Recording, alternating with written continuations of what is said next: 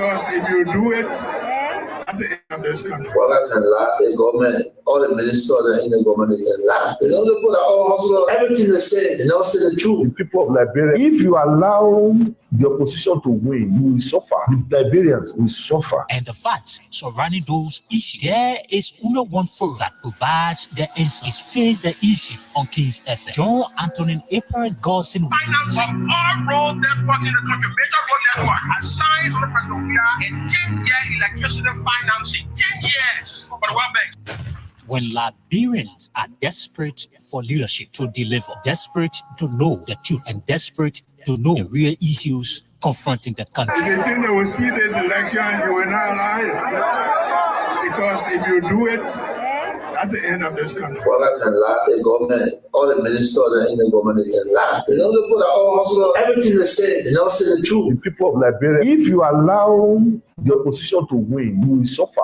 The Liberians will suffer. And the facts surrounding those issues, there is only one forum that provides the answer. It's Face the Issue on Kings FM. John Anthony April Godson Williams, commonly known as Teacher Live, from Monday to Friday, 8 p.m. to 10 p.m. for the most analytical and most stimulating conversation training for the day. That's the funny thing about Unity Party. In a football game, if we were playing a tournament, they beat us today and we drop out of the tournament. Our focus now is not the tournament again. Unity Party get their opponent, the Liberian people, they lead the Liberian people, then they come back to their team that they defeated. Everyone said that they put a crack away. You know, everybody can say so. On Face the Issue, we speak out the fact in advocating for the right of Liberia. Face the Issue brings you logic, explain logic, and advance you to discuss with logic. It's Face the Issue.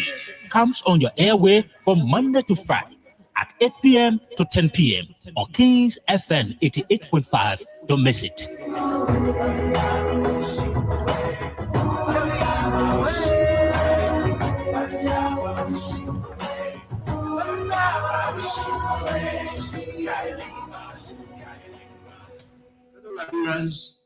I have received today news of the evictions and destructions of our party headquarters.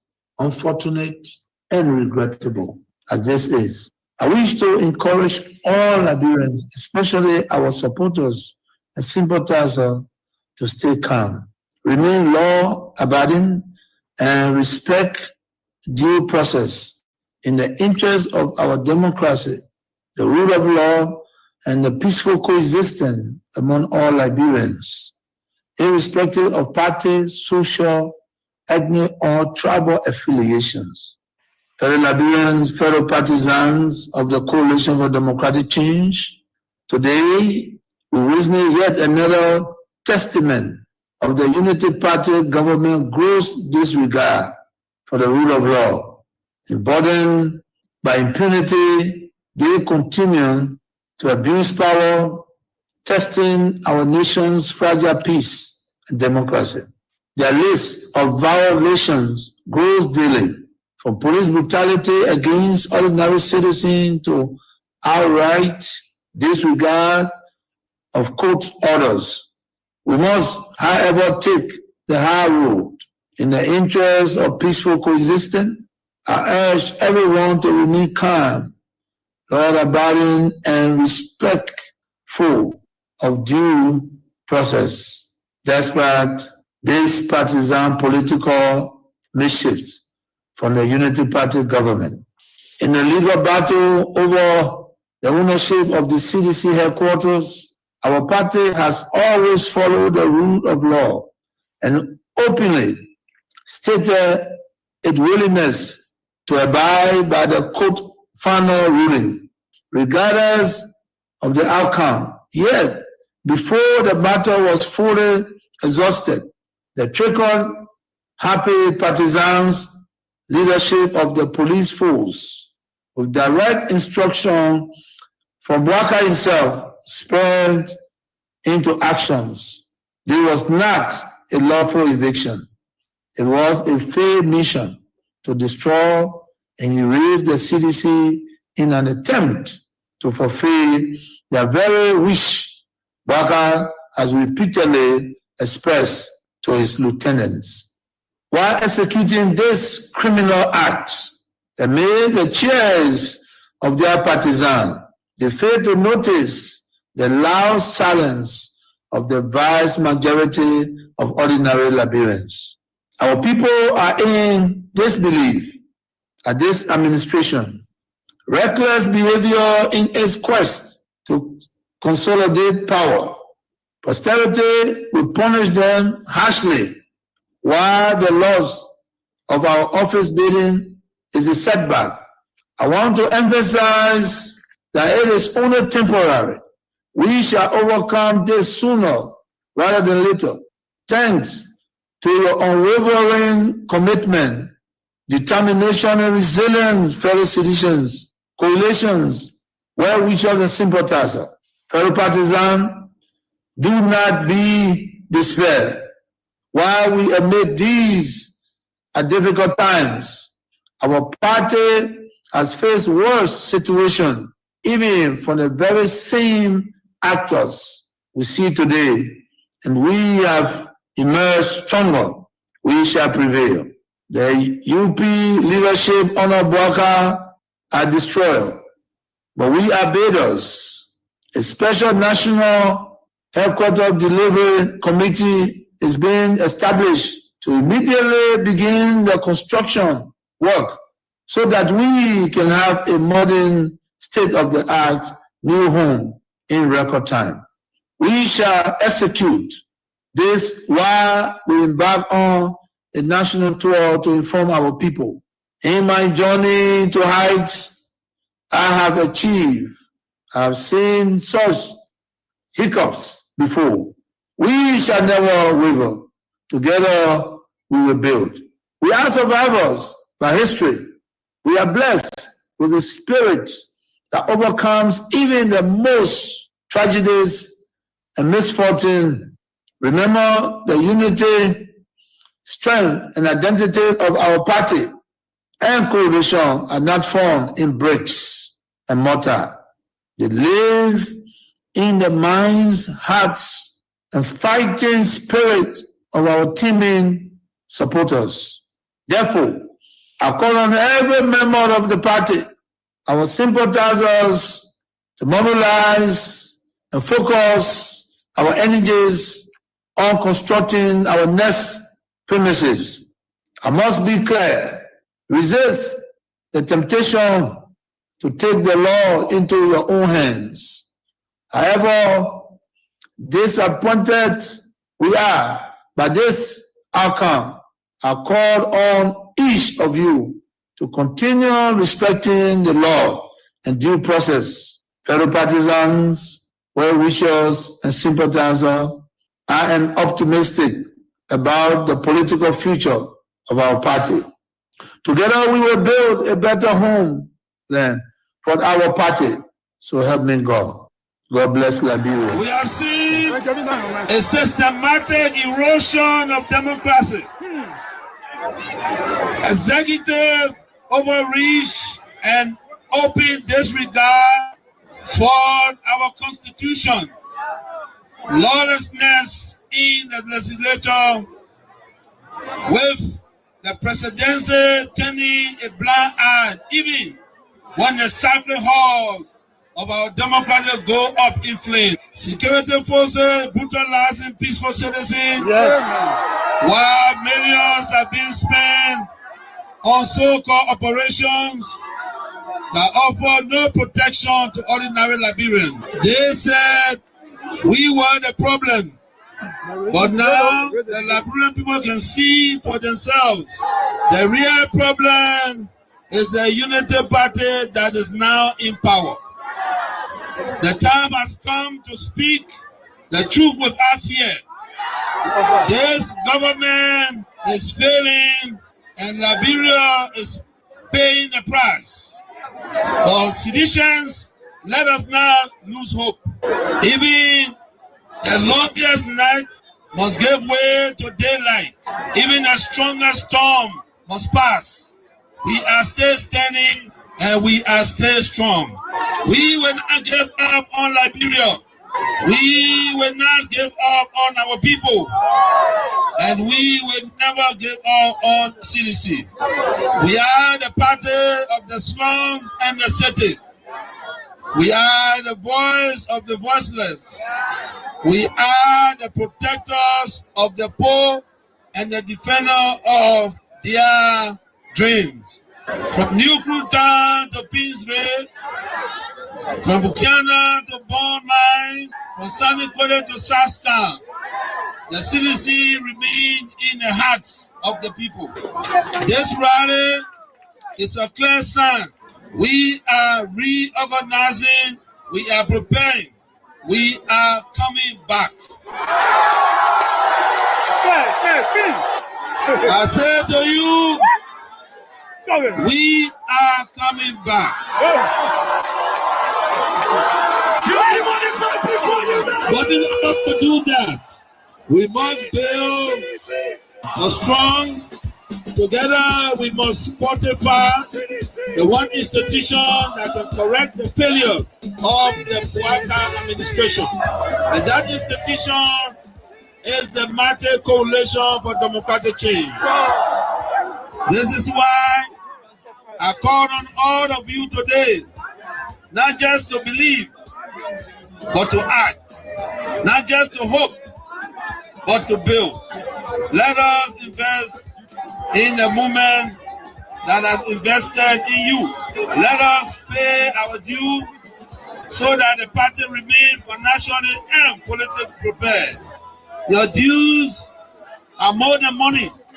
They are a seed of commitment, a pledge of loyalty, and a symbol of hope.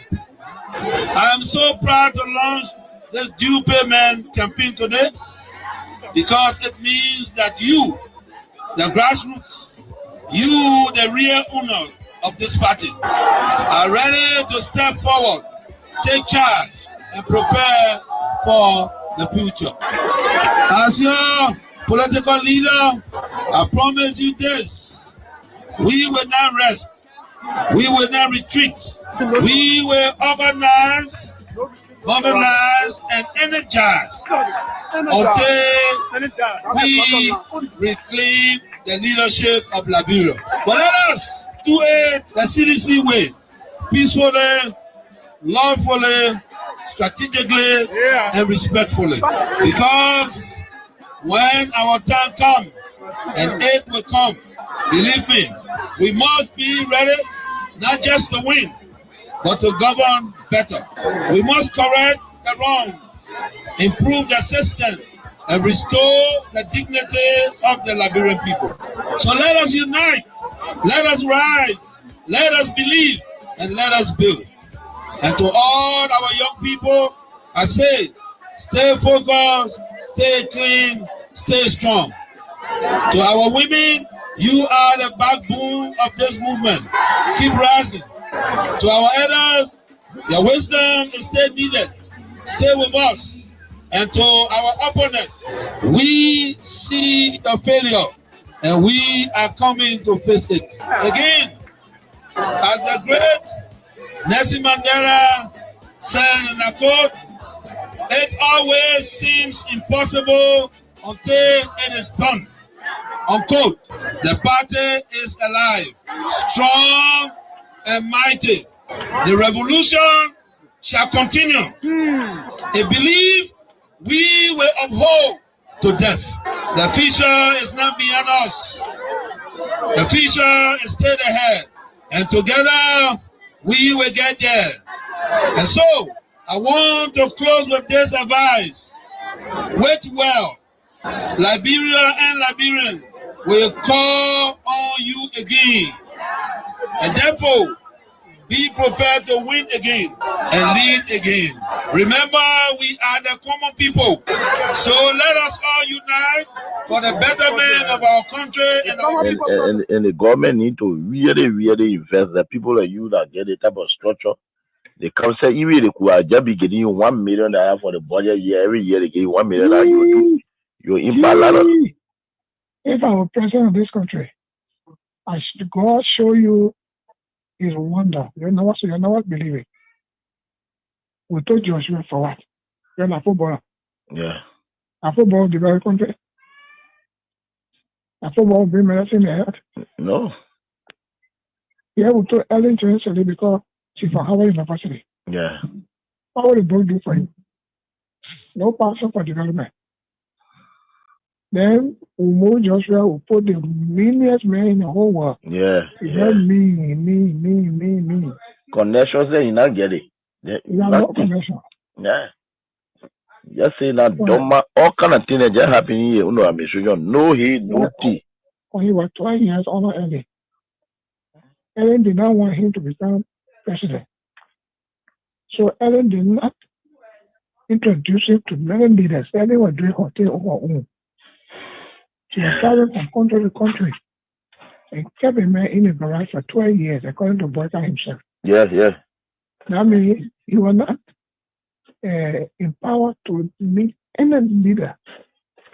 When the African leader themselves need support from the West. Yes. Mm-hmm. All African leaders need support from the West.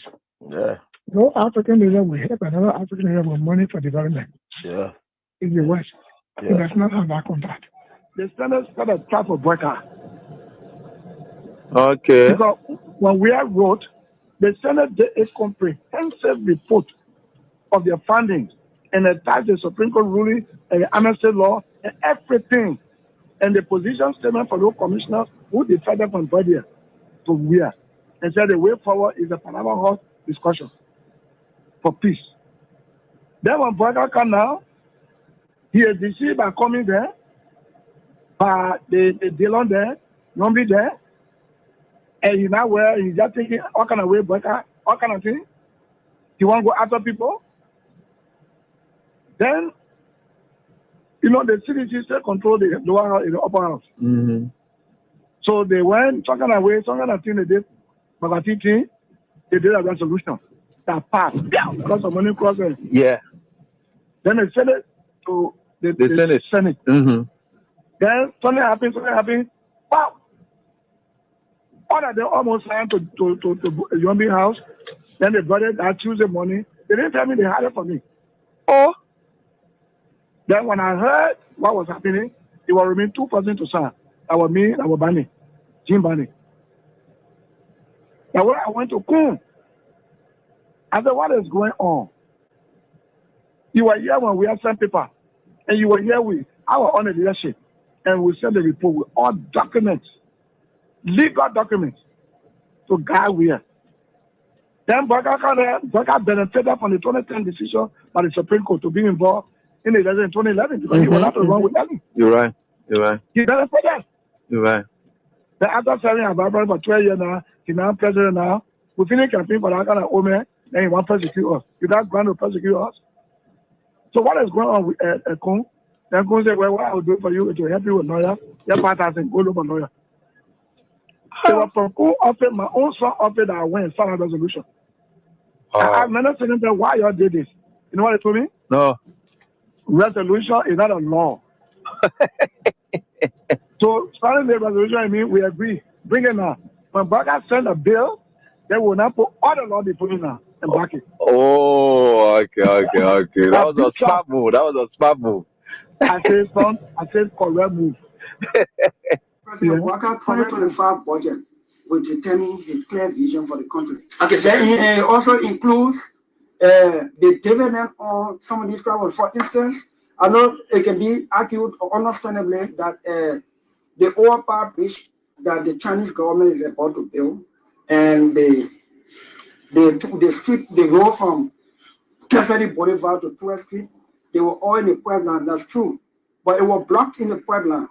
The President Boyka's visit to China, reassuring China that when we are taking action on the global stage, we take it with our own interest first as a country, not to please any other person before Liberia's interest, and then people fighting, then we join inside and go stand. Just a final question. I'm coming. Yeah. So you see, he visited to the FOCA, to the China Africa Forum, has now got China excited with the new commitment to come do this project.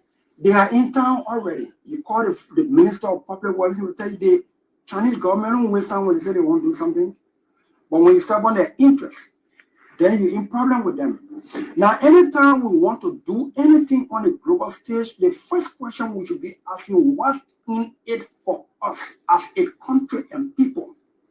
And if what's in it for us is good as a country and people, if other countries benefit from the trickle-down effect of our vote, okay.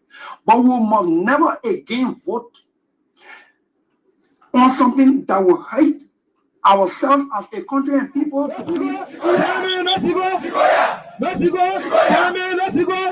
Thank you. So, again, Honorable Chairman, great. I want to say thank you to you, Liberia, who came out today.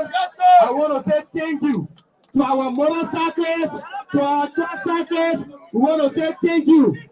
Thank you that you stood with us. You defeated all of the lies. And let me say this to you, Mr. President. We promise that until you receive our petition, we will not present our petition to any criminal. We are aware that Roger Koo is a role, and we will not present our petition to him. To you, Mr. President, your people collected over 14 million for 4 Morobo people. That is the highest level of evil I have ever seen in my entire life. You promised to provide job for our motorcyclists. You took away the only means of livelihood. You beat them, you killed them. You have arrested over 10,000 motorcyclists. You are bringing a different police station and schools and campus. We are here to challenge you. Your mess rule is enough is enough.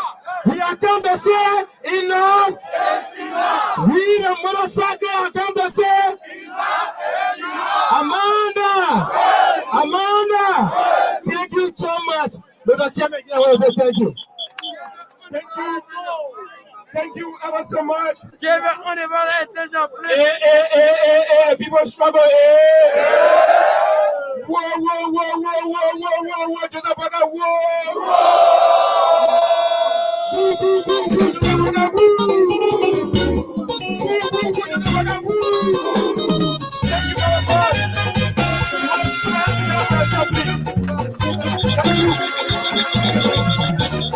Thank you very much. For showing up for the young people across the community that you are testing the money for the country. We want to speak to you, to our young women right now.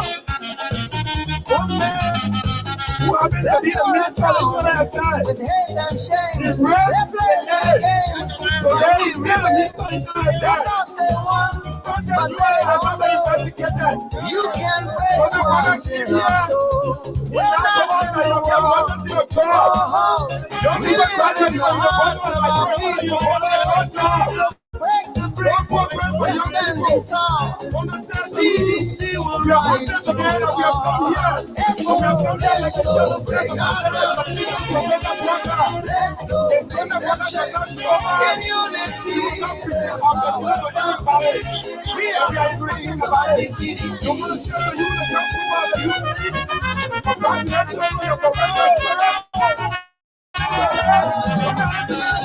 You don't know your worth, you can see, but truth and time will set us free. Now if you want we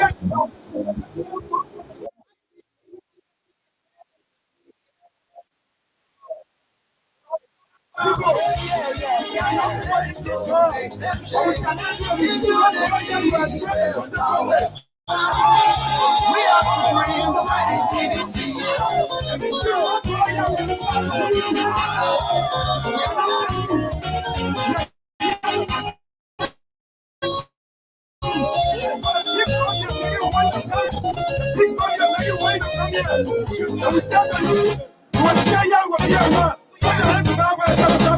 We are strong, we belong.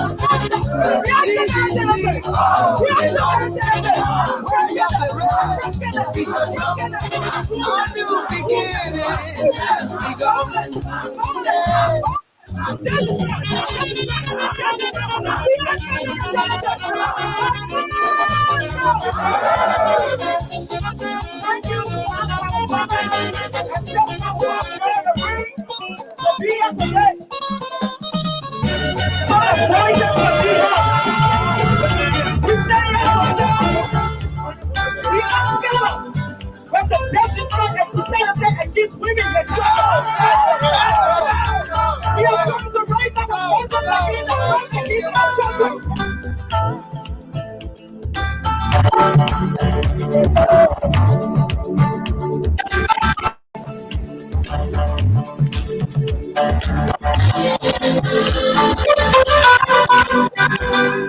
Let me say good evening to all of you wherever you are. It's great joining us tonight right here on this very day, and we are grateful to the Almighty God that we are right here with life and that of good health. And no matter what the circumstances are, we are certainly getting there.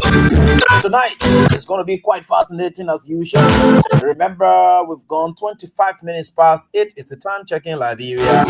I don't know where you are, but the time is like that. But of course, I know I can simply tell you, we have learned from our end here. We are here together to do what we can for our country. For those of you out there, thanks so much for keeping up the faith and, of course, working in line with us, working with God's mandate, making sure that indeed you keep your country high. I really must appreciate you people. People are the new Mayas of our time. Yes, by the comfort you enjoy, your heart remains restless because the wall of your country is breaking down. The walls of your country is torn apart. And of course, everything is burned down. You people are the new Maya. Yes, by being a foreign land and enjoying all of the comforts, you still think about your country. You believe until your country can be peaceful, you remain restless. And I thank you people so much, especially for those of you in the diaspora. Thank you for loving your country. Thanks for keeping the faith. Thanks for the prayers. Thanks for the support you continue to render. We really, really appreciate you people. We are grateful that we are here together again. That's up to you, my class prefects, Matilda Stevens, and the rest of the other folks. How you guys doing? I hope you all doing so great tonight. The man bro is back in class. Bro has everything. I hope you're doing so great. Yeah, there. These are all of the new Mayas. New Maya, no one new Maya did. He's always concerned about news about his native. And despite being at the hegemony of power in a foreign land, because of the sake of his people, he had to beg the king to resign his comfort position. A comforted position, comfortable position, comforting position. He had to resign it because he needed to go back home to build. Many of you may not be physically back home, but your hearts are back home. And I want to tell you thank you for that. You are great men and women who are out there and contemplating and thinking about your country on a daily basis. Some of you are calling us on a daily basis. What is it that can be a business venture that I can go into there? Those are questions you're asking. People who love their country and think about their country, they ask these kind of questions. And we are very happy that you people are asking these kind of questions. It tells that we are certainly a group of people who really are concerned about what's happening in our country. So I thank you all for everything. Our mothers who are here locally and are doing everything they can on their ballots. They are praying and for the sake of their children. It's not for them. If you look at some of their ages, future is not on their side. But everything they are ever laboring for is for the sake of their children. And the rest of the life they got to live on earth is for the sake of their children. And we are all grateful to you, our mothers, our fathers, for being strong, for having interest in the future of your children. And we are grateful to all of you for that. And let me say, hats up to the committed men and women of God of this country who are doing everything they can to pray for stability in the land, peace in the land. And we are forever grateful that no matter what people think and what their thoughts are, no matter how terrible this country is, God will always be on his own side. So we are grateful to the Almighty God for considering us despite the imperfections we exhibit on a daily basis. We will continue to do what we can in our weak ways. And we are forever grateful to the Almighty God for his grace and mercy that continue to look at us just as we are. And we are of the knowledge that not because his grace and mercy continue to look at us just as we are and wherever we are, it means that we will continue or we should continue into sin. No, we're not going to. That mercy is meant to give us time to repent, to change our ways. And certainly we will do. We have to do. Not even will, but we have to do. Now let me say thanks to all those international partners who got interest in our country. And we are happy that you two also here remember whatever affected us, it will affect you too. There are some of you who have gone silent on some issues, but it depends, maybe it depends on regime change or the regime diplomatic policies and so forth. All the kind of things that could have a bearing. Because there are many times people will say, oh, why are the Americans not talking now? No, the way the Democrats will approach democracy in Africa is not how the Republicans will approach democracy in Africa. Right? Everything deals with policies. The focus. So like you see in Unity Party now, CDC focus in governance is about empowerment. Unity Party focus in government are different things. So you can say, oh, the same thing. No. CDC and Unity Party not the same. They get their priority areas. Unity Party priority are self-empowerment, personal aggrandizement. But CDC priority and focus is driven towards people's empowerment. So that kind of thing, when you see it depends the kind of government that in power. So for the Republicans, no, they've made it clear, and they will always be their own focus. The only time I saw Republicans saying something relating to Liberia, it was during George Bush time. That was when Taylor was in office. Yeah, that was when, and that was a concerted regional global power where you had Great Britain and they too were also pushing because the colony Sierra Leone right there and all the things that were happening. So it was a concerted effort, and that was when we heard then come swiftly into this. But theirs had not been about except to see violence somewhere to step in. That's their own area, right? Yeah, and I see. Yeah, that's why it is so far. But again, especially for His Excellency Donald J. Trump, his focus and everything is not about Africa. And if it is Africa, he said it is business interest. So it has nothing to do with what you do here. We like it, we do whatever it is. That's why you see, and the diplomatic, I don't know how to describe it. I want to say in a way that I was understand. The diplomatic messaging, yeah, you could sense during the CDC time is not the same kind of messaging you will sense during the Unity Party time. Now, watch out as well. These people, they have diplomatic connects. America is the champion, or America is the parent diplomatic mission when it comes to Liberia. The way you expect for EU or Great Britain or Belgium to assess diplomatic developments in Liberia, the way they're supposed to talk it, they will not talk it if America does not take the lead to talk it.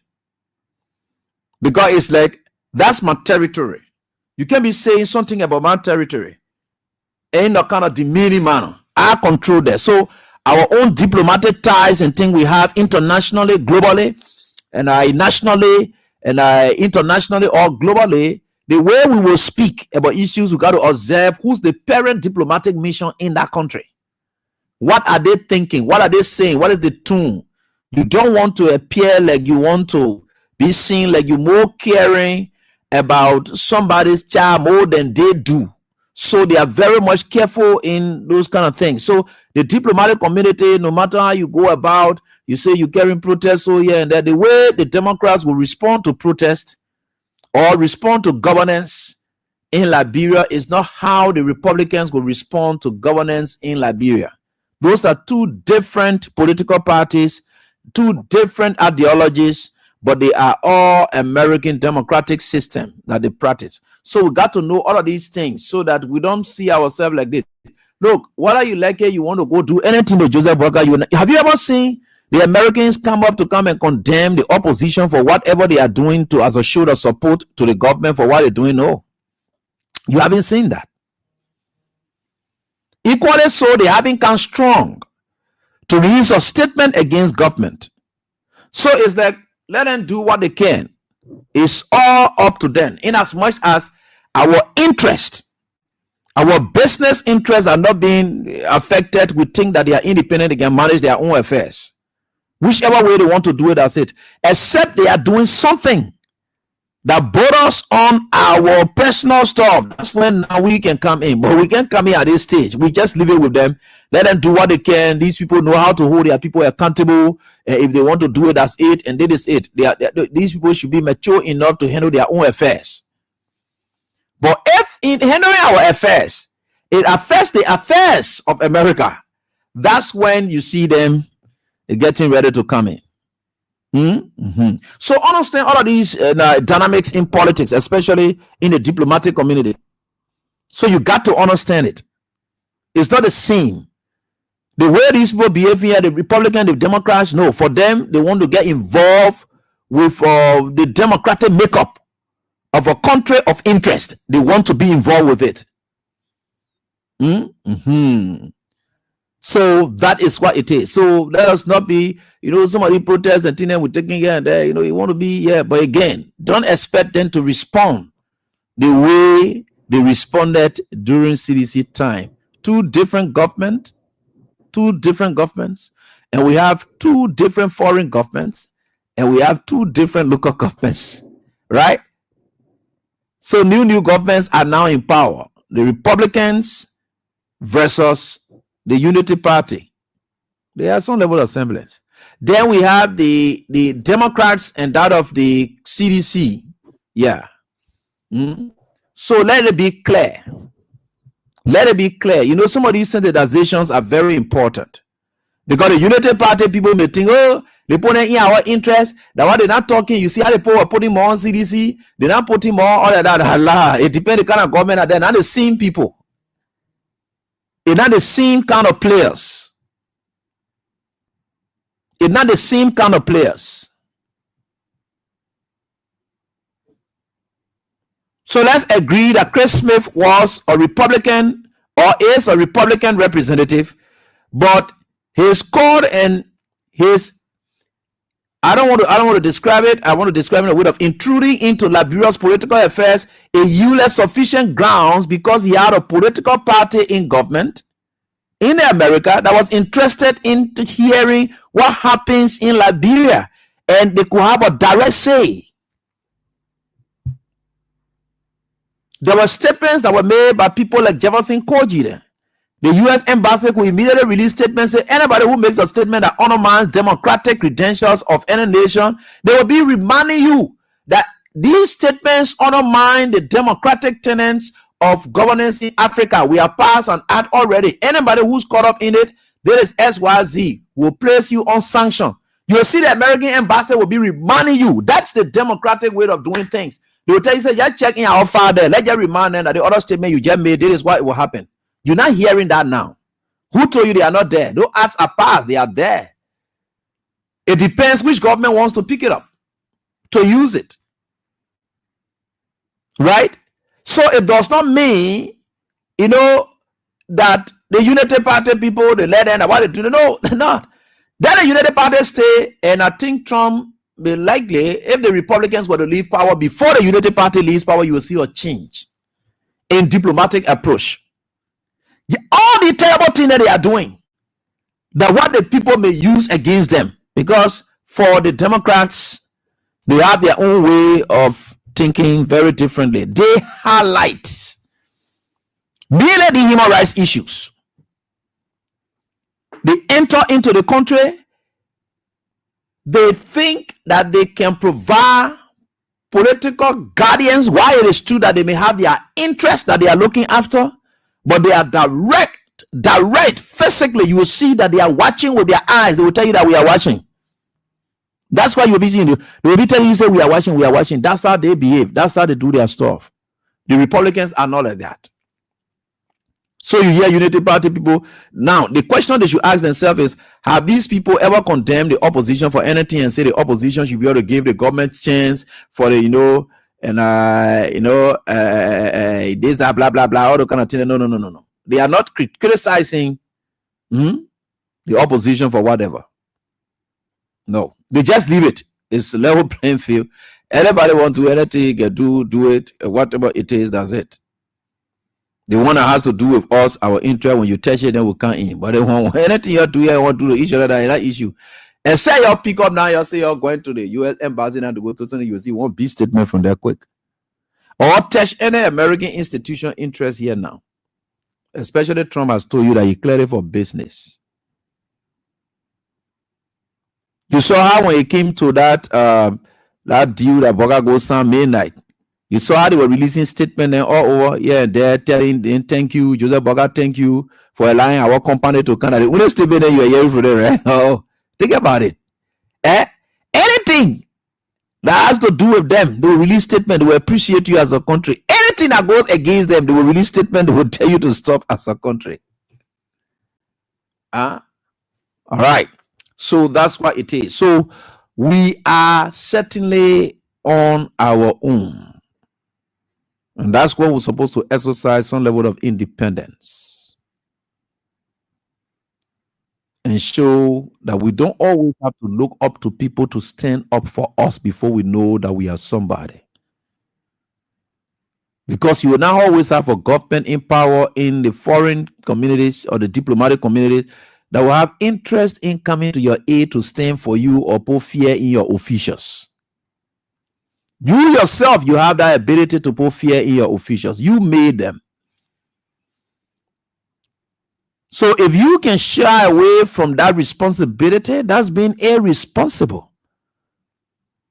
Who should hold who to account? The first line of duty as a responsible citizen, as a civic duty that you have as a citizen, who's supposed to hold who to account?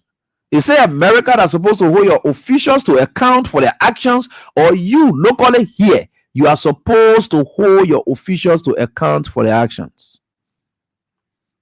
Who has the duty? The first line of duty. Who has it? Who's the duty bearer here? In terms of holding people accountable for their actions, who's the duty bearer? Is it America, the duty bearer, or you, the ordinary citizens, you are the duty bearers? Sometimes you want to ask yourself, stop shifting blame on people.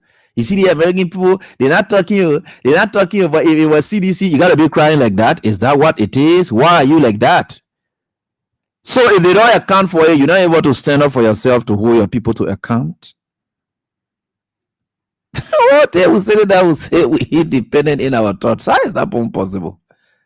Just stop it, man. It's now time you start thinking.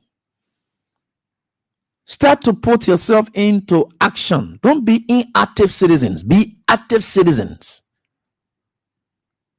Right? Be active citizens. We are very inactive. Our citizenship, what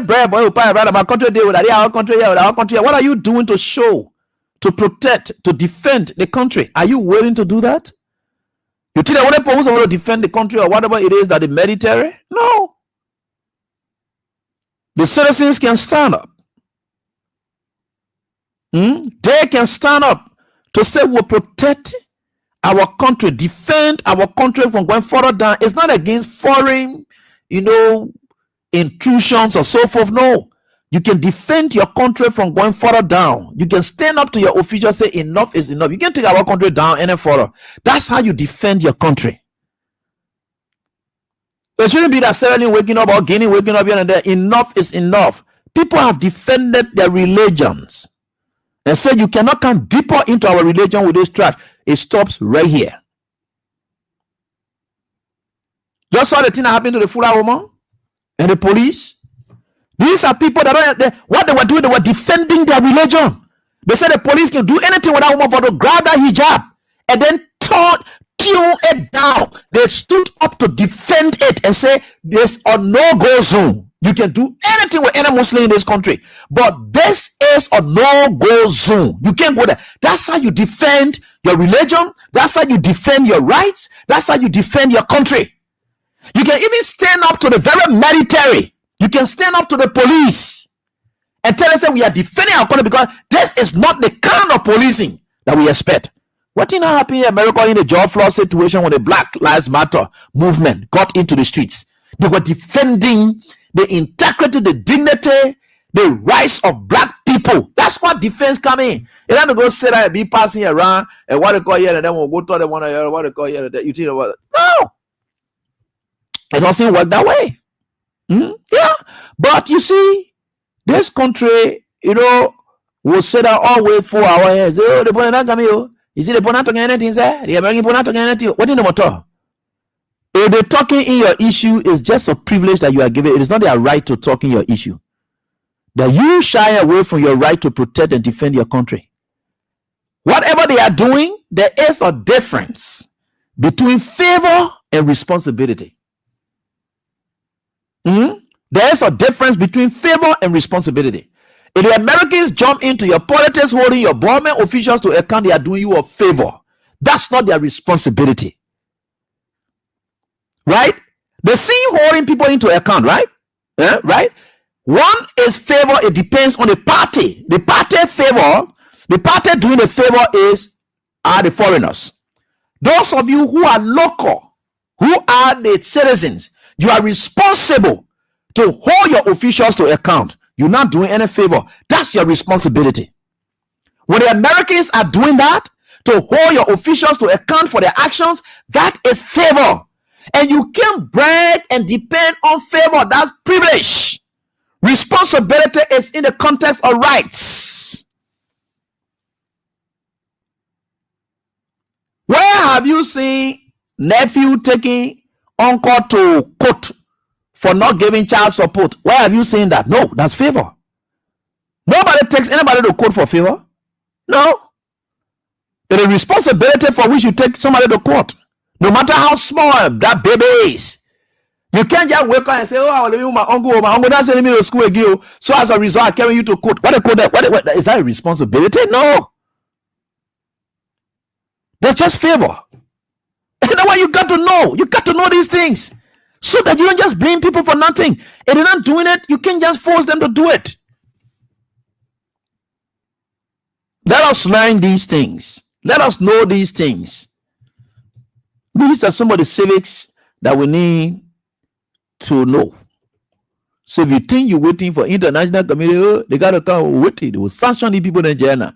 Then when they give one report, they say, I now come out with report again. So why are on report you're giving against your government? To what extent are you affecting your report that you're having against your government? You say, oh, they may not come out, tell report again. Oh, extrajudicial killing. We're waiting for them. All the baba thing and the police don't do here. Just watch it. You will soon see bad report. That all you want. God. People. You see, that's who we are. So you won't sit down, then the people come out with a report, then you take it, you fly around with it, splashing it in the faces of Unity Party people. Then you see the baba report that coming off for you. So what that one means? So what that one really means? Is it changing anything? Is it changing your lives? No. So what kind of report you looking for? Oh, that injured. I'm rubbing. Yeah, we are. I don't understand it at times, especially we miss the mark all of the time. So I just thought to tell you, Unity Party people, the American government are there now. They don't get time. Even the day the citizen wake up and won't beat your good, they will not turn inside. The day the citizen get ready, they say they won't really be your good. Excluding American interest not being touched, they will not turn inside.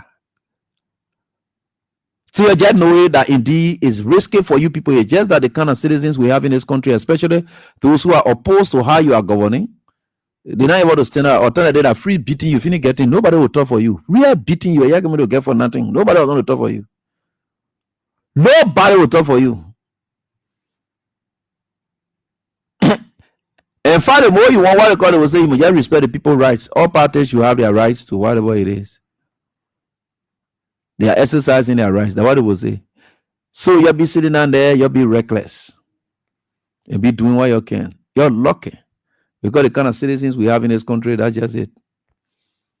So you can do anything you can. The reason I'm saying these things, I'm transitioning to something I said recently, which of course you people, some of you didn't believe it. Some of you didn't believe it. But now it's coming to reality. Little they I know, because I just came from court and had to rush to class here with you.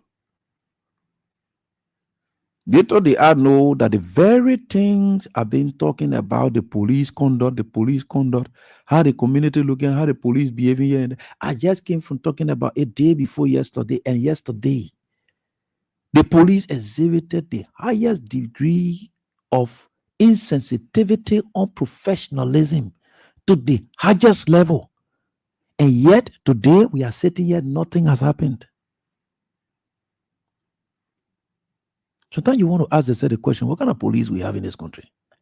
Or what kind of country we have now as we speak? I don't just get it. Police just passing around with guns loaded with bullets to shoot and kill. This tells you squarely that the police have come to a realization that anytime they can be target of the citizens. Because Gregory Coleman said it.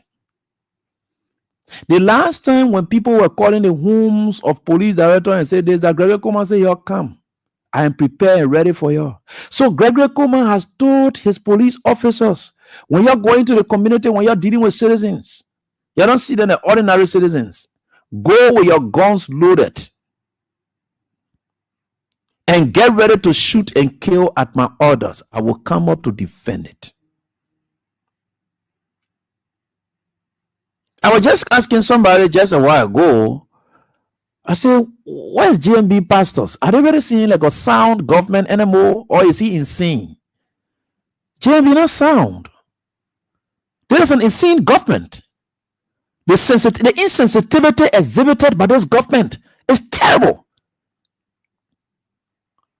I think they need to offer prayers for him to get back to normality.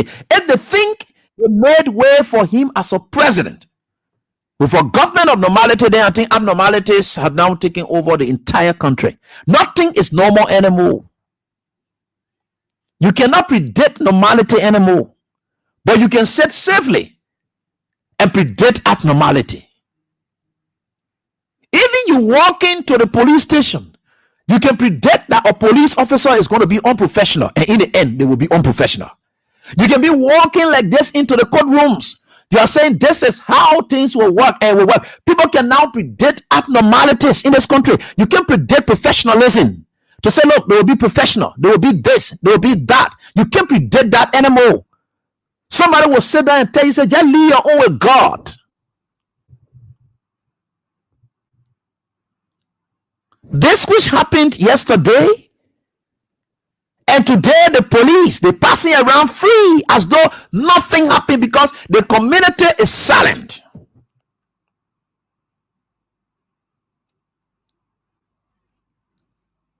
This is, I don't know how to describe it. I was not in those days. The Tobot era, Ellen, no era. This is the worst I've seen.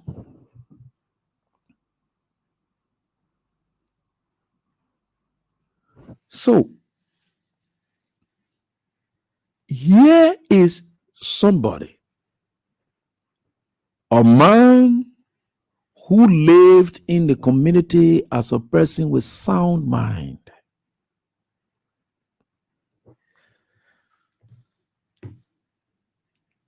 Eventually, things turned haywire medically. And he got an issue.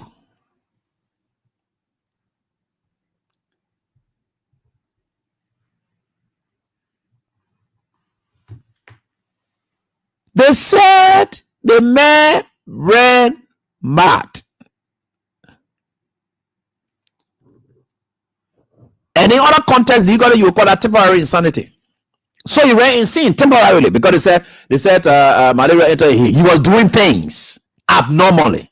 He was no longer to himself. Meaning the issue about reasonableness has been suspended for that time being.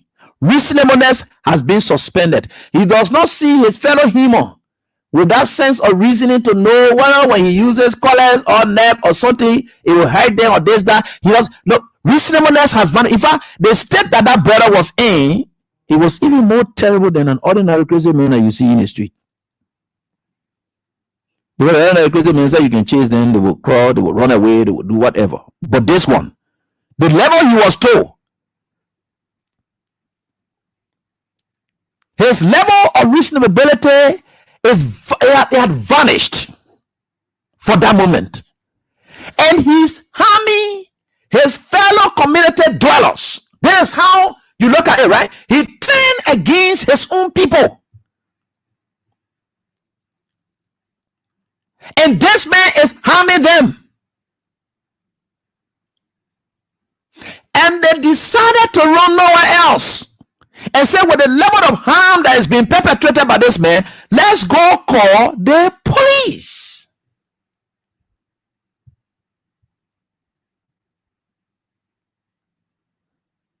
The police came in. And if he can do to his fellow community dwellers, then what more of strangers, such as the police? He bravely, instead of having fear, he recently was gone. Decided to use machetes, collets. Decided to use collets, chasing these people. Grab the other policemen. And up to date, the reason I don't want to even think, up to date, we haven't even seen a video to tell you the level of injury that was done to the police that must have necessitated that action. We haven't seen it yet. The level of injury that must have been done, because those are things you look at, right? So if the person is threatening you to the point of death or causing serious bodily harm, now, where is that serious bodily harm that one can see and reasonably look at and say, look, I think this person, this area, the bodily harm was created, or this area, the harm affected, this is XYZ, and I think this person, they had their own reason to believe that were they not to take this action seriously, they were going to be injured or killed. Let's leave that one. We'll come to the other reasoning. So they decided to look for the police, which of course is obvious. If we are in community, we are being threatened, who do we run to? The police. And they ran to the police.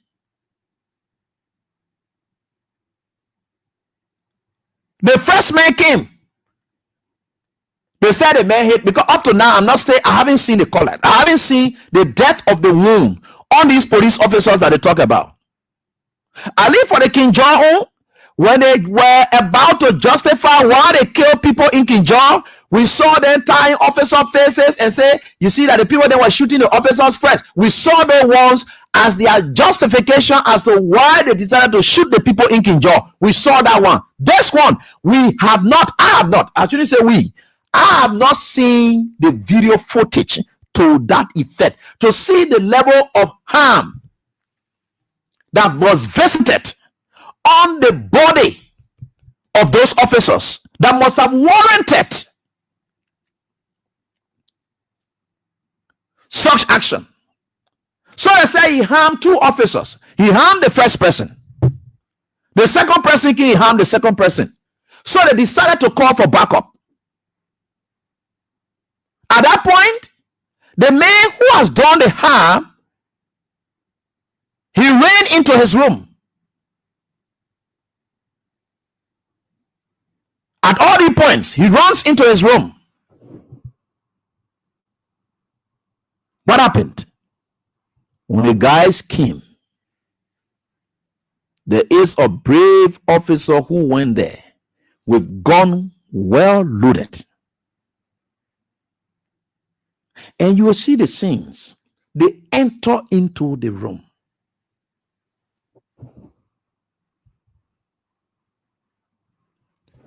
Right? Y'all look here. This is just 35 seconds video that was shared all over. I just want you to look at it. This is what it did. He ran into the room. 35 seconds. Not that long. Very, very short. 35 seconds video. Very, very short. Yeah.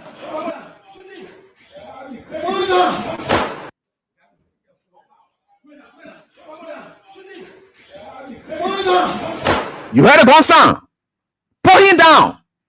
Hold him down.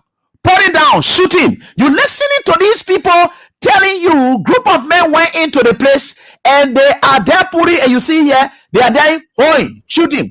Pull it down.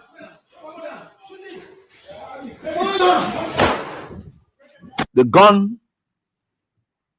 Oh, God. You got it, Pat, now? You got it? You got it, man? Let's get it again.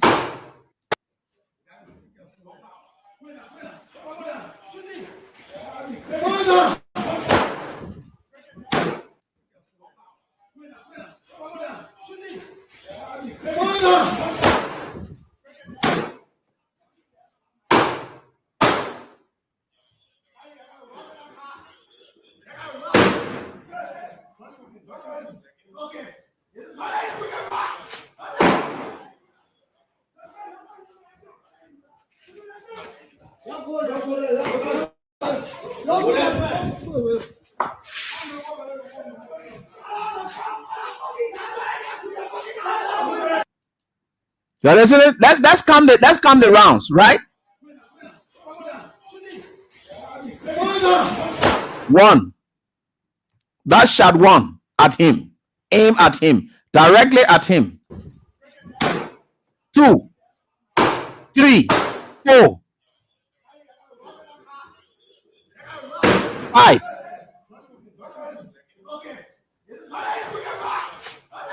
6.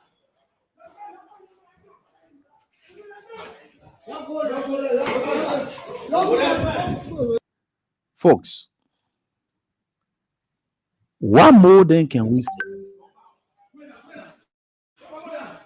6 rounds. 6 rounds.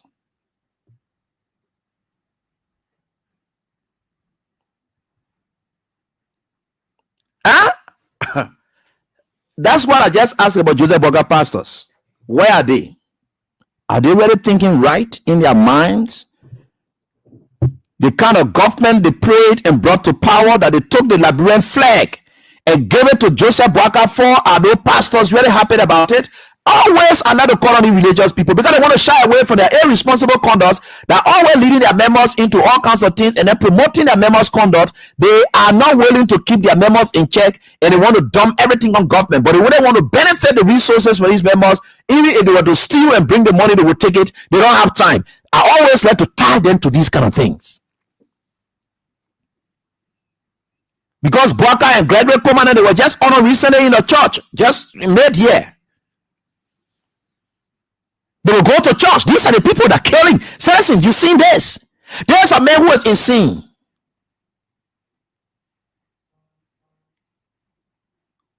So, in my own studies, even the police knows, as a criminal justice practitioner, where have police people taken any crazy person to go prosecute a crazy person for doing what they did? Where has the police people gathered that?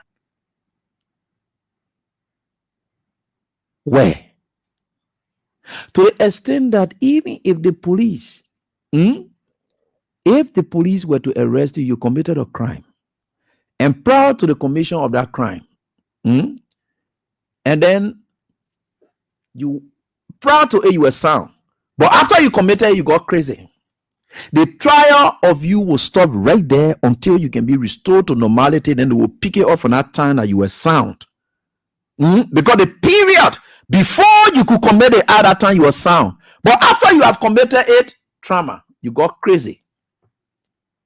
They will wait, because the courthouse is not where you carry unsound people to give testimonies, because knowledge is weakening. When a man is standing in the courthouse and saying that I'm speaking to the knowledge of what it is, the true, what is the knowledge that what crazy people get? They call you in the community and say the man crazy. Now understand the man is even powerful. And that which we haven't seen the rooms yet to see whether it is proportional. That policeman just simply came with gun or whatever it is and decided to shoot and kill. And they said, look, this community is where you see CDC people here. In fact, the guy, they say you're lying, say with the CDC here and there, that the CDC people mentality, all those kind of things, it's in their minds. So the police comes with that kind of gush. That's how Gregory does it. This is a clear mandate that Gregory gave these guys and said, look, y'all go there, y'all shoot that human being. That the CDC people, that what they can do, they are not crazy. That's what Gregory can do. That's what Gregory did. You go and shoot them. They entered and they decided to shoot and kill this man.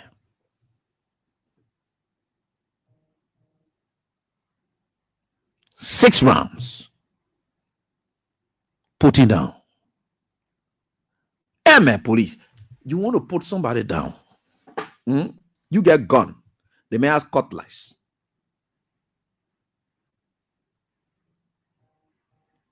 The man's life is key.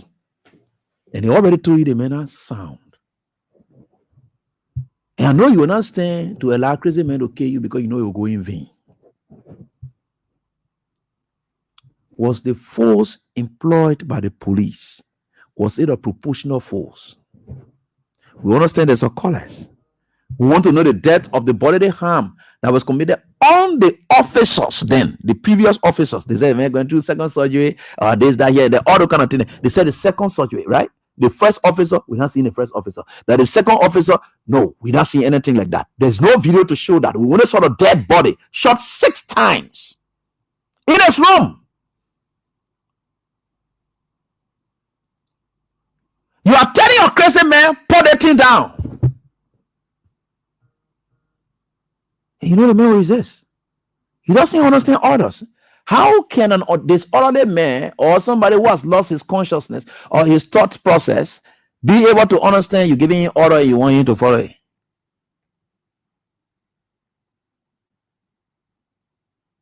Let's agree you even wanted to disarm him or you wanted to take the collars off him. What's wrong with your legs?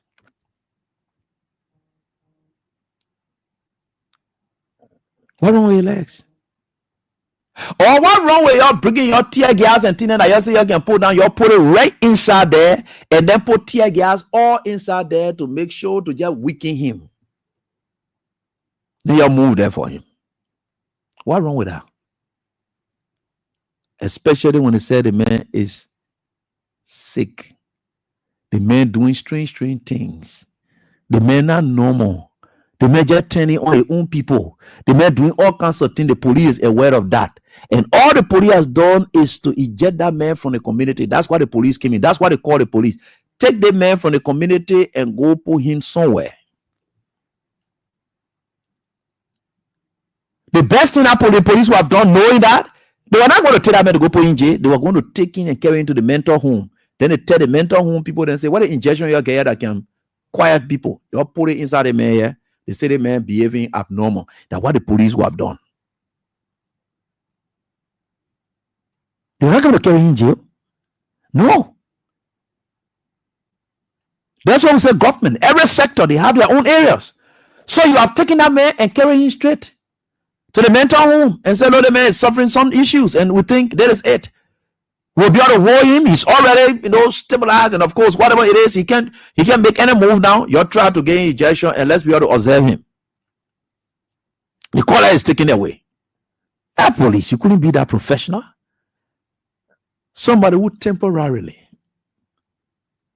just got crazy. You know, malaria can go in some people's heads, eh? It'd be very terrible. Because the man have been living there. You never reported him of being somebody who have been harmful before. No history of that before. You don't even know it. Police people don't know it. Nothing. Police just rush there only to kill. Just to kill that man. Just like that.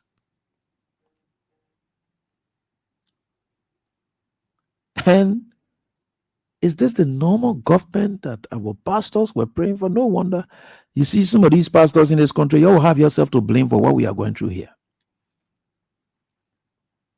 Because all you people have demonstrated you have no direct relationship with God. You get relationship with money and not with God. You get relationship with envy and not with God. You get relationship with jealousy and not with God. You see the product that you brought? They say, by their fruits we shall know them. Whether this man came as a blessing to this country, the fruit, is this the kind of fruit that we should know JMB Bar to say he was sent as a blessing to this country? Is it the kind of fruit? Is it a good fruit?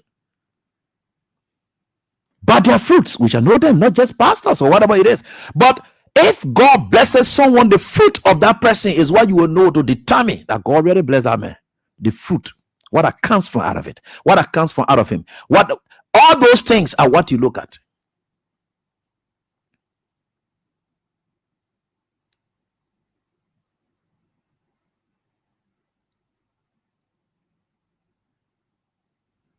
You see what you do all of the time? What? You know, sometimes we want to blame these people, but sometimes you don't want to blame where you fall, but you blame where you stomp your toes. That is where these pastors then come in. Where our country really stomp its toes, that from them. Because we are falling, but we're not blaming where we're falling. We're blaming where we stomped our toes.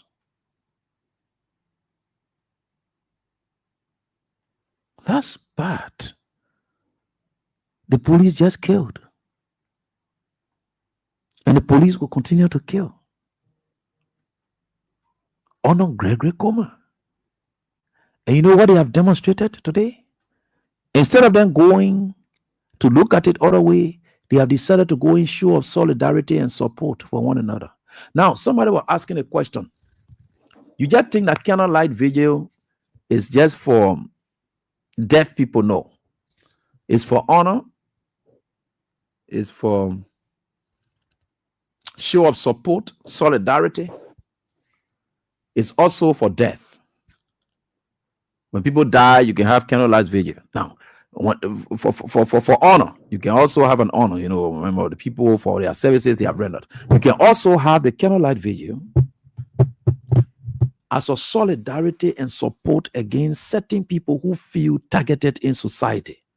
They will have that vigil. They will have that candlelight and say, we are here and we are here together. Enough is enough. The police, what Gregory has done tonight, to go at the JFK and say, will you candlelight, to say, we the police people, we are united against the citizens.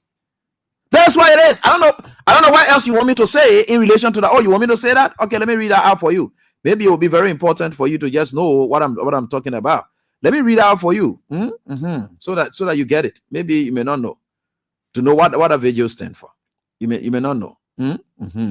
So it's for remembrance. No, that's one. It's for remembrance, to honor someone who has died, or offering a peaceful tribute or memorial or example, blah blah blah. Let's leave that one. Solidarity. Now, so as far as we are concerned, no police officer died, right? So the candlelight vigil, we are looking for the purpose for which they are out there tonight. That's what we are looking for, right? So the next one is solidarity. Now, the solidarity comes in to show support for a cause, movement, or group of people. Group of people, support, movement, blah blah blah, for group of people. Then they talk about spiritual reflection or prayer. You can have that, but also spiritual reflection or prayer. Now you talk about peaceful protest or awareness, to draw attention to a social issue in calm and, of course, non-violent way. Those are things that could happen, right? So where do you place the police conduct here tonight? They are rallying and showing solidarity and support towards one another in uniting against the citizens to shoot and kill them. And that's why you see Gregory and folks, they are out there.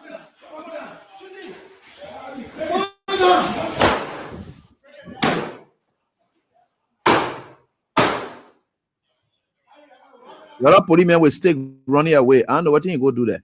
And I saw he's trying to run away. Yeah. Solidarity and support. I will show you the pictures. This is what they are showing here. I just define you what this means, right? I just define you it. I just define you what this means. Solidarity and support to tell police officers we are ready to stand by you, shoot and kill will be right there. This is the show of solidarity and support for unprofessionalism.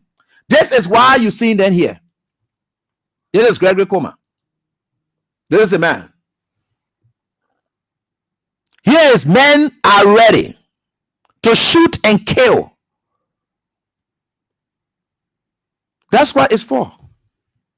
Or you don't know what it is. I like to educate people about issues, or maybe tell them about issues, not educating them, but tell them about issues to tell you what it means. These are the people. You see them here? They are smiling. They are smiling. You see the smiles on their faces? They are ready to kill. So I don't know one more. One more you Liberian people waiting for. To know that Bwaka police is not for you anymore. They have now organized themselves. But look at how they took the incident that occurred right here on the bridge. They have now gone into their meetings. And they say the way that man died on the bridge without tested driver. That is how people are now planning to kill all police people in this country. So we'll go with our guns loaded. You don't need tear gas anymore. We'll go with guns loaded. Now, what Gregory has trained this country to, now what Joseph Bwaka has trained this country to.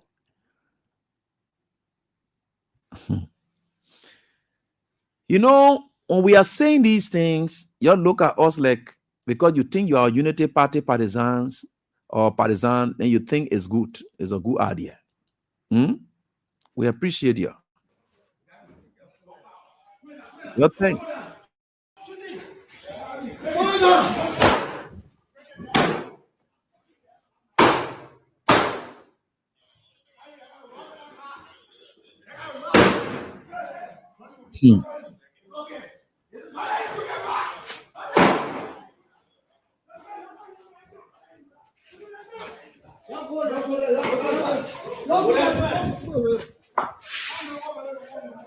You know, you shot the man, you killed the man, then you say you carry him to JFK. To go do what? You killed the man. You shot the man where you knew he was going to get killed. And then the police gathered at the JFK as a solidarity and support to their colleagues whom, according to them, are hospitalized with a candlelight vigil. United to kill. And that's the kind of police force you have now on Gregory Coma. I'm just sorry for some of our professional brothers and sisters who are trying their best and just looking for their living. And I know the police force is not one that they are proud of anymore, because the way Gregory has turned the police, and that's bad. Things have gone bad in our country. Let me just share with you something in relation to what I said yesterday. They're saying Gregory, man, is releasing rapists, murderers, because the other policemen who just did murdering, he gone free. What they did is murder. What the police did is what we call murder. It had nothing to do with the line of duty. This is what we call murder. This policeman murdered that young man. It got nothing to do with self-defense. The police murdered this man. This is the first country to see in this modern dispensation or whatever dispensation, to see that instead of police trying to prevent crimes, they are the ones committing crimes. When they talk about murder, they are the ones committing the murders. When they talk about rape, they are the ones raping. What's happening? Everything just turned upside down. No wonder when JMB said that this country will finish when somebody cheats, and obviously he cheated, so as a result the country is finished. Nobody who calling who to order, who calling who to account.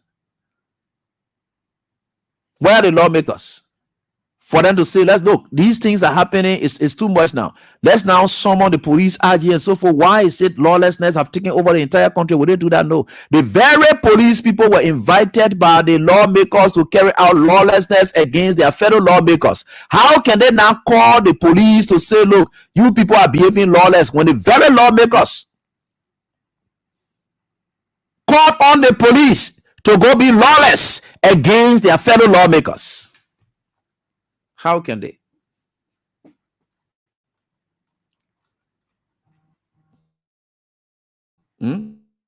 How can they? They can't. And some of us, we just look at it. This is a 6-minute video. I will just play a portion of it. And Tiawan Gonglo, Councillor Tiawan Gonglo, who is behind this rape case that he, Gregory Koma, unprofessional criminal and rogue, decided to look at it and say, look, there is a different standard we are trying to employ when it comes to rape allegations now. A sort of friend lawyer of mine on the grounds of the Temple of Justice, and he was there like defending Bryant, and he said something. He said, he said something. He said, look, why would somebody just be accusing somebody? There's no link, there's no this, that. Then the old man you were talking, I just want to call the old man, and anyone know who the person I'm talking about, because there was a special place that we were and people saw us there. So the old man said, no, why? Why would you want to set a different standard when it comes to these people? And you say, yeah, and they say, yeah, but the law will need to change it. You are a lawyer. Until the law can be changed, the law is the law. Why will a lawyer be standing and then standing there and say, then the law not fair? You are a lawyer. You're supposed to be standing there to say no. Then why will you be saying there's a different standard that should be set for these people? But when it comes to yours, then you say the law is not fair. The fairness of the law is what? Exhibited, is shown. When indeed the standards apply to all, then the law is fair. Not when they're trying to separate that. Let's listen to Councillor Tiawan Gonglo and there's young man, and he explains some things, which of course you try to get him on, and let's just get there and then you listen to them on this matter. Updates on where we are. As you will recall, yesterday we told you we met with the higher ups in the police in a meeting where the IG was present and chairing. Some information came out yesterday from Chris, the father of the victim, naming some people who had information. And so today we went back based on the invitation of the police. What came out for me in terms of establishing probable cause, because I wanted to know whether Chris, and not Chris, Brian McGill, and knew the child, or whether the child really knew who she was talking about. But today, the two gentlemen that appeared today confirmed that, in fact, one of them said he saw Brian McGill talking to the girl, promising to buy her copy books at the Ministry of Youth and Sports. That information was not countered by any other information. This shows that the girl knows who she's talking about. Because if that hadn't happened, if she was just calling names, one would say, oh, she's trying to lie, or she's just trying to put crime in somebody's head, or she's just trying to call some big name to get herself, to put someone in trouble. But I believe that it hasn't been established that Brian McGill was making promises to the girl to buy copy books and all of that, that there's sufficient reason to connect Brian McGill to the girl. And we use the Congo versus Republic of Liberia standard from the 1898 case, which has not been recalled. The allegation of the victim and the physical evidence on the victim's body have conclusive evidence, not just of probable cause, but sufficient for conviction. So I'm calling upon the police to step up a little bit and arrest Brian based on because there is sufficient probable cause. Probable cause is information that makes common sense to the ordinary person.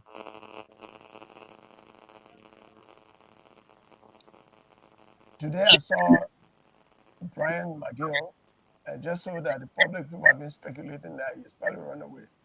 I saw him today at the Women and Children Division with a group of people. I think there was a lady by his side, maybe his wife.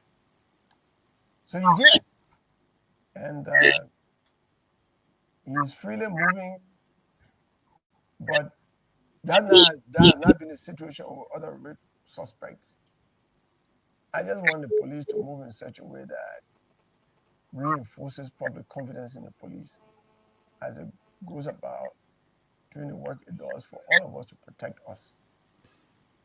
It should not create a situation where people believe that there are two standards.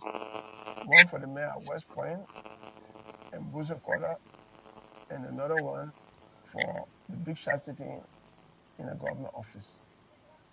That is all. That is my rule in this process, because this is a government case. When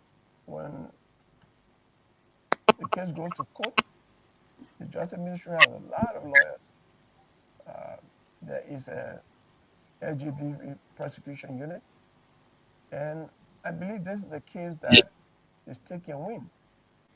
Let them leave the credibility of the evidence to the jury to determine that the jury is wrong. The police station is not a court. It should not increase its burden by looking at the credibility of the evidence.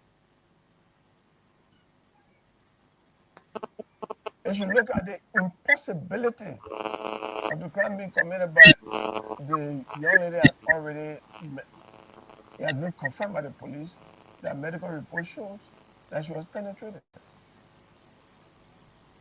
And there was violence used in the process as she has her tongue closed. It's with the police. Common sense shows that something happened. And she says it is Brian McGill that did. So why are we waiting? We don't have DNA facilities yet. Why are we raising a higher standard? We know our development, our level of development. So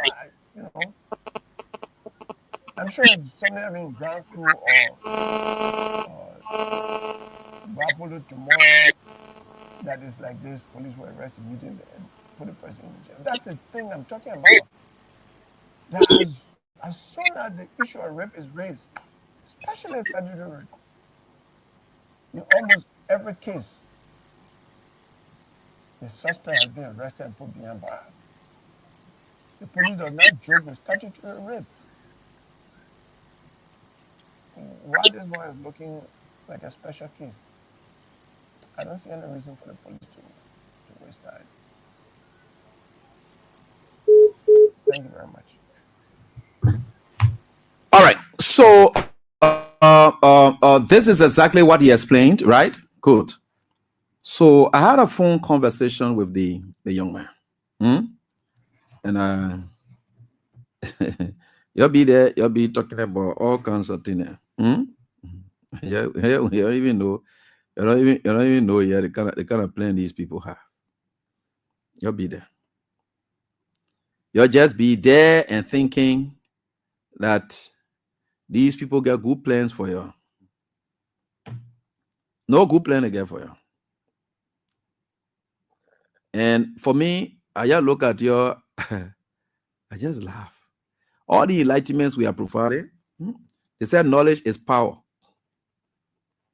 Knowledge is power, and you must be able to utilize that knowledge. You can't just get power, you're not using it. So that's what it is. So for me, I will not have my head on you people. We'll continue to share with you people what it is. So we had this conversation with Chris Davis. So the guys had their own say. I don't know now, but that one part, I think your your woman, the rest of the other people now, they need to find another option now. How she enter? The fence. Just maybe I won't. Okay. So I just want to share with you this conversation we had so that you listen to him telling us how far they went, where they took him in relation to his daughter's case. Let's try to get something clear from him in relation to that, because Councillor Gonglo spoke and we just want to hear something from him clearly. And we know where we're getting as a people. I just want for us to get something clear from him. Because this thing, that these people on here, so a terrible bunch of people. Normally people. You ain't what? Oh, yes, Aji. They said he spoke on class reloaded last night. He said that. Okay. So let me just share with you all this, right? Take your.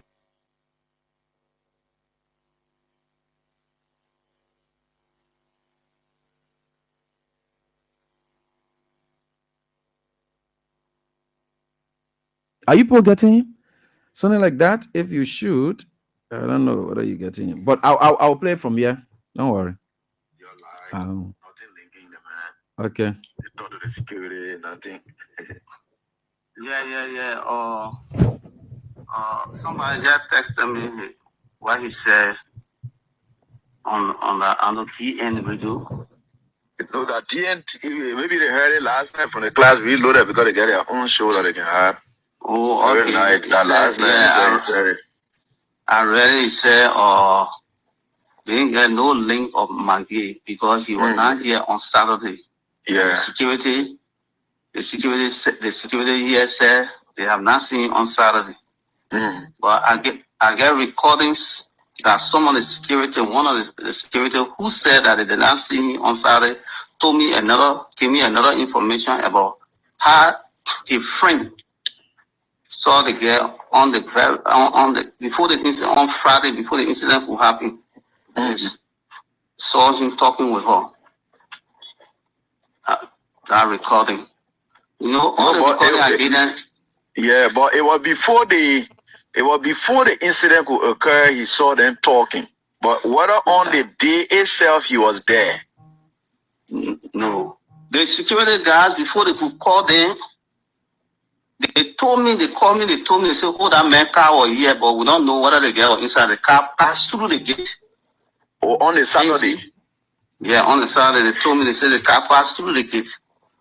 So, but they told me, say, we can't confirm whether she was inside because the windshield was up. Okay. So we don't know. On the same Saturday again, another guy that was assigned to G5 to where the main office is. Yeah, he now security for the ministry, but assigned to Cadiz Bar restaurant. The guy was having the ministry bunch of key with him. So I went to ask him how did he get the key for the ministry, because he now security assigned on the side. So when I asked him, I said, but how you got the key? He said, oh, that one officer gave me the key. The officer said he was going home and nobody to release him, so he gave me the key. That when the next day people come, I'm gonna give them the key. So I said, but why the officer will take the key and give it to you when he know the security rule here that when nobody releases you, it's all to remain.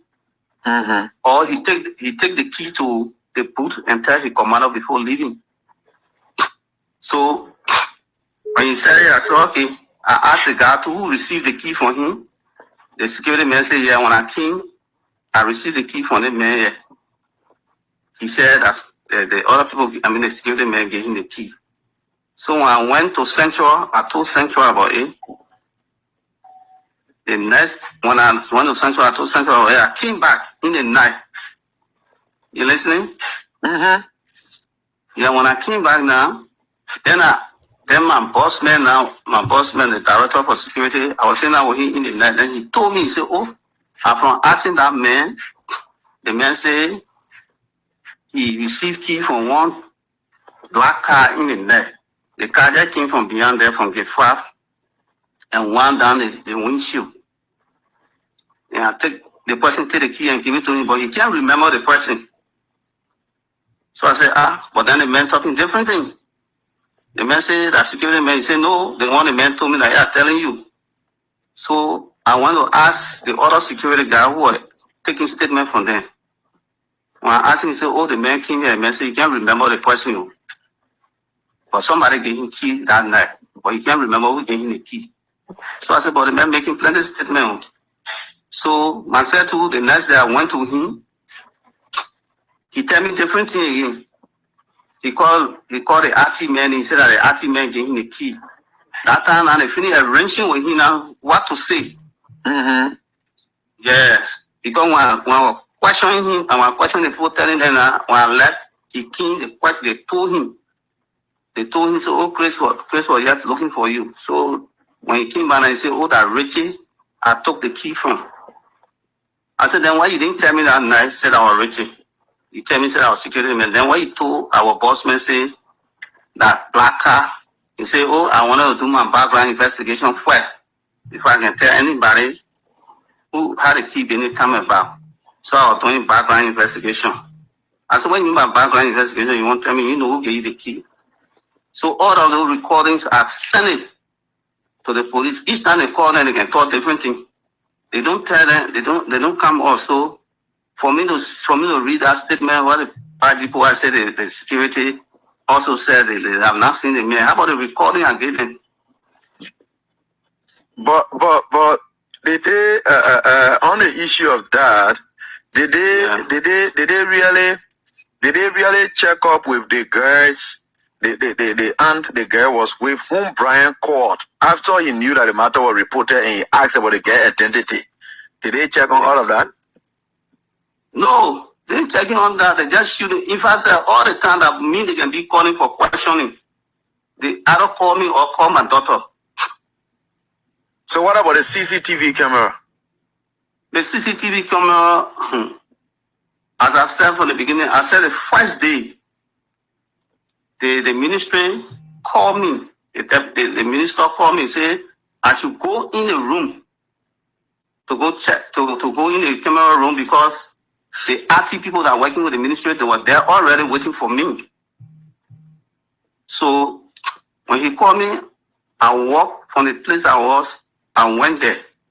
First, I was hesitating first because I said, well, how come they will go there without my consent? They were there already, then they calling me. But I said, no, let me make sure and go there. When I went there, I didn't see them. The place was locked. I asked the people that were sitting around. They said, oh, the people were inside. They stayed on here. They left. They went outside.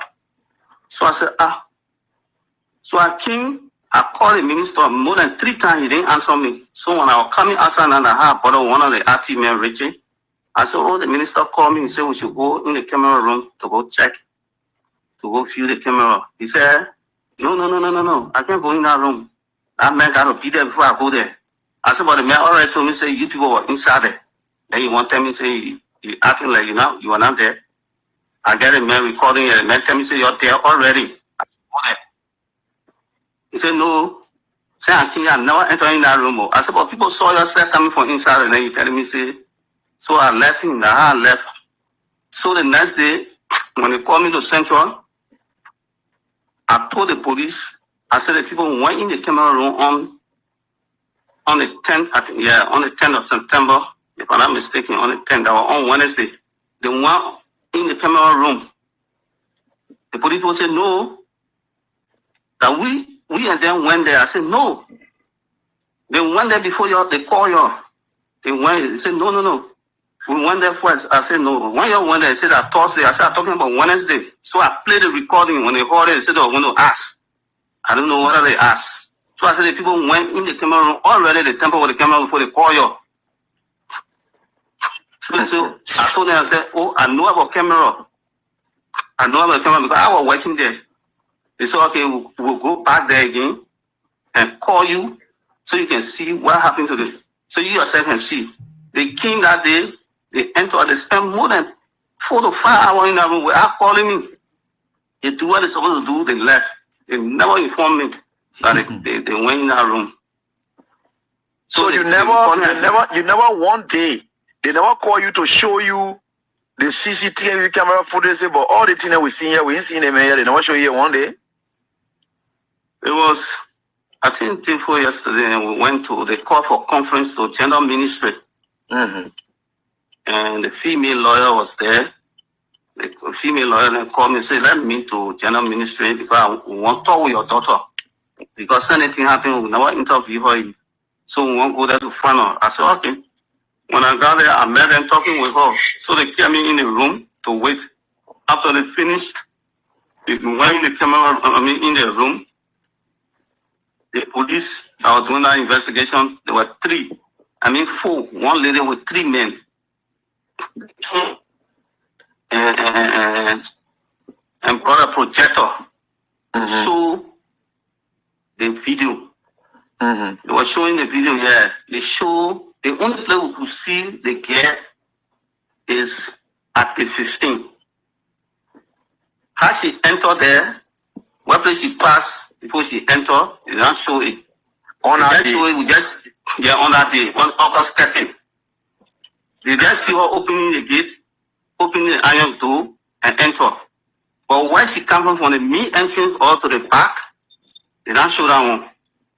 So when she entered, she had a plastic in her hand with that fever leaf we talk about. They were in her hand, and the same clothes were on her August 30. So they sat there, she said, they tell us, oh, the guy stayed on right to the gate of 15. I think she sat down here for 15 minutes. So she was sitting down with a security guard at the gate. Mm-hmm. And Lone Star too, some people were playing kickball on the field, and Lone Star player, I think they were going to travel. So they came here to arrange themselves before going. We saw some of the players going inside. So it's was still sitting, looking. So the female lawyer asked and said, we want to ask you, is this the camera doing the investigation now? Because what they were saying now, we can't see anything. We just seen the guy saying that. Then they said, no, the guy told us the time she entered, nobody was here. So, because somebody here, that means she's not saying the truth. Because she said now somebody, how can she say nobody was here? So the answer said, but this incident, when it happened, and only 30 it happened, and at the same 30 guy in the fence here, one more. The same 30, huh? You talking to me? Wow.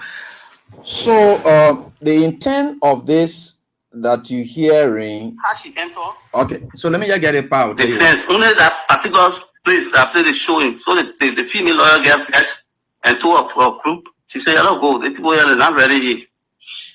The girl on trauma, on trauma, then you tell her. He said, I myself listen to the girl. The thing the girl explained to me. If that was your children, it will come to happen to you. You can bring picture here, can show one thing over and over. She said, we'll walk out of the place. But the camera get all sides. The camera, like your camera, you get down there. That only one area, that you have one camera. Then I want the camera plenty. The camera plenty. Then why they not bring all the angles? Why they not bring all the angles? Yeah, and they're not showing me. They're not showing me how they get into and how she go out. So they said Allah, let them show how she get out of the place. You can't show it. Yeah, these guys are terrible. All the things guys are really terrible. Stolen. Yeah.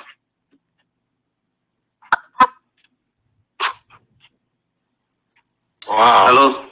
Yeah. Okay. And one of the things the player said that this guy will come to play with the case. When I took the matter that day to some 8 in EFW. Yeah. The people told me they were coming to come for the men to arrest the man and put him in jail on our side before they take him to Central. That while the Central, I was from a police told me. Okay. But the next day now, I go there now, they start telling me, say, Central call, or they say, when I be judging cases that I didn't care to the office. I got to know. Okay. So, I just wanted for you people to understand how this entire thing had gone. When you heard Gregory saying there's nothing linking the man, they have destroyed evidence. So at first, the guy said the RT folks, and he kept mentioning one name, one Richard.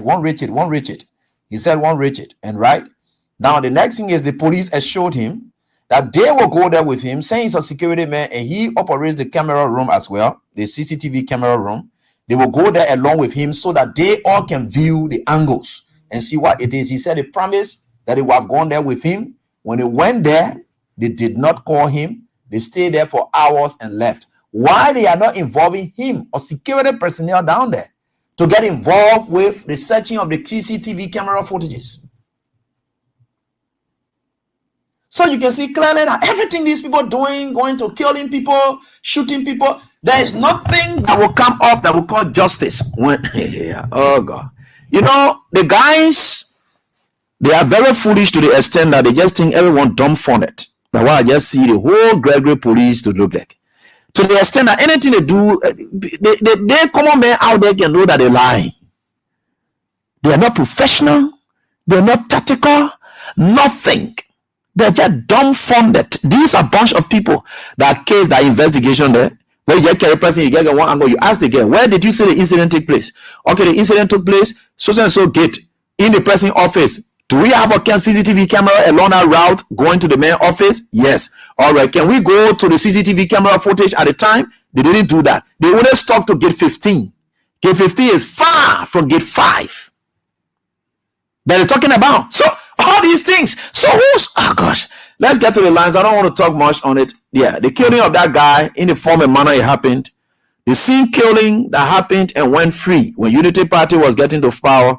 It's the same killing that continuing now with the justification, candlelight vigil, and of course that's clear justification as to why the police killing. The police killed in Kinjaw, they gave justification. They just kill again, another justification. I don't know what justification they were able to give for that kid that they killed at Riyadh Junction. Terrible things are happening.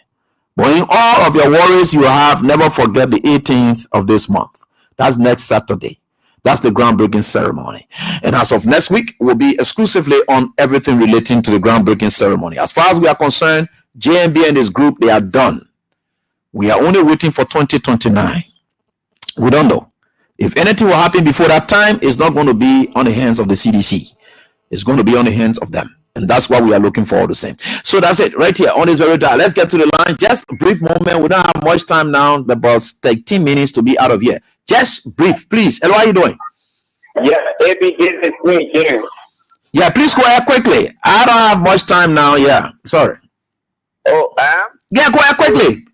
Yeah, AB, people are getting prepared my group for the 18th of the month. We are getting prepared. My whole group are already set. Okay. And Johnsonville people, they are already set. I'll be marching with Johnsonville Police coming next week Saturday. I'll be marching with Johnsonville Police. Okay. Thank you. All right, thank you, my brother. Hello, how are you doing? Let me get on to this person quickly.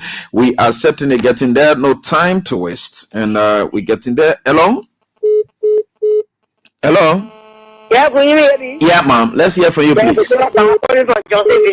Let's hear from you. Yeah, maybe you know where our prophet last time when you say la bureau will drink dirty water, but you get that way.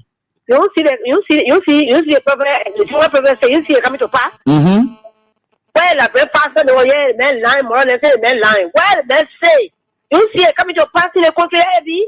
You're right. What going on? Killing people, shooting at young son. See what going on in the country. All the pastors in the poor in the public they kill new. See what going on in the country. Right. And I receive we the will not protect, will not do anything. We will wait until now. Just we will put in power, yeah. On the 18th, Saturday next week, we will see the AP. And what I say, as I call them, I say, I'm blind. What they say, yeah, it's really we're coming and next week Saturday. We say that our here, I want to consider will be on our here. That will be moving with the store. I don't want to get play, you can say because but we're coming in the 30. Yes, God, they can come and see. They spare, they told that we were getting spare. We'll be doing our because we'll be doing our shower. And the step will be on our ground to ground. Thank you very much. Thanks, ma'am, for your contribution. Hello, how are you doing? The next mom. Hello, Abby. Yeah. The mom will not call for Tasha. So, Abby, we are chicken. Yeah, we chicken to the people. Police director, we chicken to them. Baby, when you are When we want we call it a college for a TSM, you know, being one to shooting test, man. Somebody said, tell okay, you put in the low thing to hospital. You have to get to shoot me, say, sir. Then you think, and I want to. Oh, no, mommy. I know how you feel about that. It's terrible, very terrible. You can't even think that is him. And El, what are you doing? Hello? Yeah? Yeah, Eddie. You know, I had to write, I think I wrote on your thing and beg you to please stop showing that. Because it brought back memories. A few years ago in Lawrenceville, Georgia, USA, where I'm living, a Liberian fellow, he had up the same sickness this guy had. Wow. And his wife called the cops and said, my husband is acting up. Y'all please come. And when they got there, he went into the garage. Those people went and bust that garage and they shot and killed that boy. But this is what happened. We have this guy called Marvin Johnson. He and I Jones CDC to get him. He was a lawyer and a judge. But Marvin was a lawyer then. And Marvin got on our case. Mary made a Liberian community to turn up in front of the house. We were down there until they found those cops saying guilty, and they have been in jail up to now more than I think 15 years. But they stay in jail, and they had to pay the family. So it's no play. It's no play. In America, just recently they went and burnt out a judge's house. They burned her house down. They're not playing. People standing up for themselves now. And if the citizen would just stand up and just say, just killing. Yeah. Y'all can family, y'all can community, y'all can do it for yourself. Y'all surround your homes. Somebody is in this thing, yeah, maybe he can go and have to molest the Christians. That's why he's doing that for. Why can't you people do something? We're waiting. Someone going to Saudi Arabia, buy her own protection, carry it around. Why you can't do this? You think the owner sitting over there, that owner, you know what's going on. They're doing all that thing and they'll go and lie to their owner. That's it. Y'all gotta stand up for yourself, citizens. Thank you so much. Thank you so much, Martin Luther King of Liberia. Thank you. Thanks, ma'am, for your contribution. We appreciate that. And Wesma Blow, you don't deserve to be on this platform. I hear the useless comment you just made about my girl not being there. That's uselessness on your part, and I don't condone that foolishness. Hello, what are you doing? Let me get on to this. Hello, what are you doing? Hello, AB. Yeah, let's hear from you. AB, thank you so much. You know, for a veteran lawyer like Councillor Tiawon Gonklo to have given the legal facts about that case. I read the post on Facebook, and today you just played the main video analyzing the whole case. For the Walker government or Gregory Coma to think that he's the one that made Republic of Liberia, he can determine who should be arrested and who should not be arrested. They don't just do what they are doing. How far is 4 more years? They got 4 more years. How far it is? If a Walker can come to power and release a convicted murderer, the Gloria Moses cow, and get up position, they think rape that is a non-billable crime in Liberia. They can throw it under the carpet. After a 6 years, the new government will reopen our case, and all those who play on our case will be brought to justice. I'm sure, I'm not a lawyer, but I'm sure a crime that is non-billable will have a statute of limitation. I don't think there's a statute of limitation on rape. No, even statute of limitations have exceptions, especially in the form and manner in which it happened. If the prosecutors believe, let's say for instance, there can be reasons for which they can even free you now in your case, right? Or if the prosecutors were to discover new evidence to show that you did that at that time, they can reopen the case. Great. So the current prosecution or police, they may ignore it. The next batch of police can come and say, no, we have discovered new evidence to show that Brian did it that time. They will go for him. Exactly. And all those who contributed to deleting the video here, then they'll go for all the people. They will grab all of them, maybe deal with them, some kind of way. So that you are not a journalist, you are a lawyer. You document all those cases. Let Walker and him, Gregory Coleman and whosoever, let them see that library is their farm. Let them feel that library is their fan. Their days are numbered. Thank you so much. All right. Thanks, boss, for your contribution. We're right here on this dial. Hello, how are you doing? Hello? Hey. Yeah, boy, Solo. Let's listen to you, please. Yeah. Yeah, thank you, my brother. You haven't been hearing me because my two have been killing me, brother. Oh, man, sorry. Yeah, sorry. However, and let me say this, AB. Remember 1990 when the war was coming, and you had people jubilating for the war to come, and even churches were praying, like the Methodist Church, they were all part of the hosting of the rebel in the country, and they wanted the war, and people were celebrating. This is the same thing that happened with this government.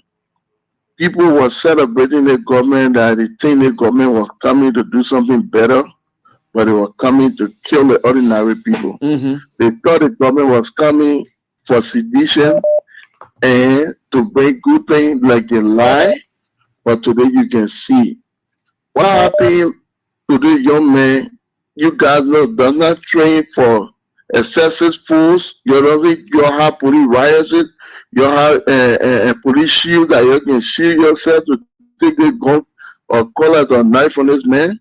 When you guys killed the innocent man and you know that your officer was stabbed, those people took oath to protect life and property. So they expect those things to happen. You already talking about the man have a mental problem or the man having an issue. Even if he doesn't have a mental issue, AB, does it give them the right to kill this man? They can even do something to wound him, that he will drop the arm. What about all the excessive force they have been using on people to grab people? Why they didn't use that? They have the police shield.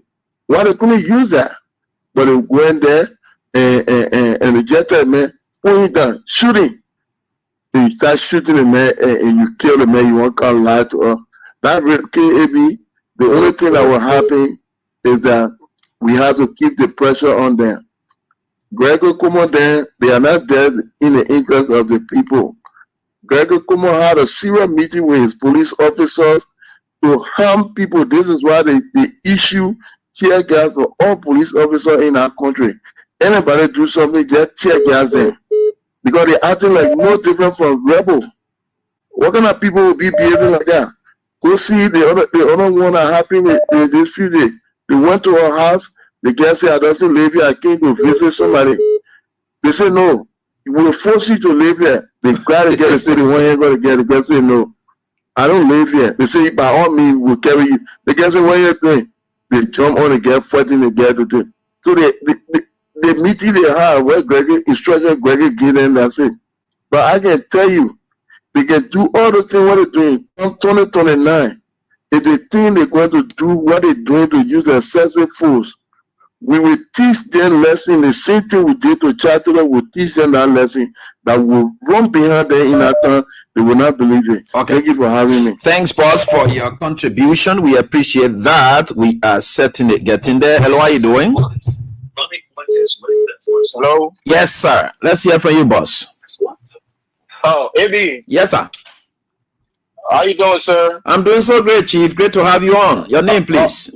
Great. Moses Dennis. I'm trying to get in touch with you. I need to speak with you as soon as possible. It's very, very, very urgent. Oh yeah. Okay, you were just here. Okay, on the line here. Okay, Moses, I will get to you. I'll reach you. I think I got your contact now. You got my number? I got it here now. Okay. Except you have different contact than what you are using now.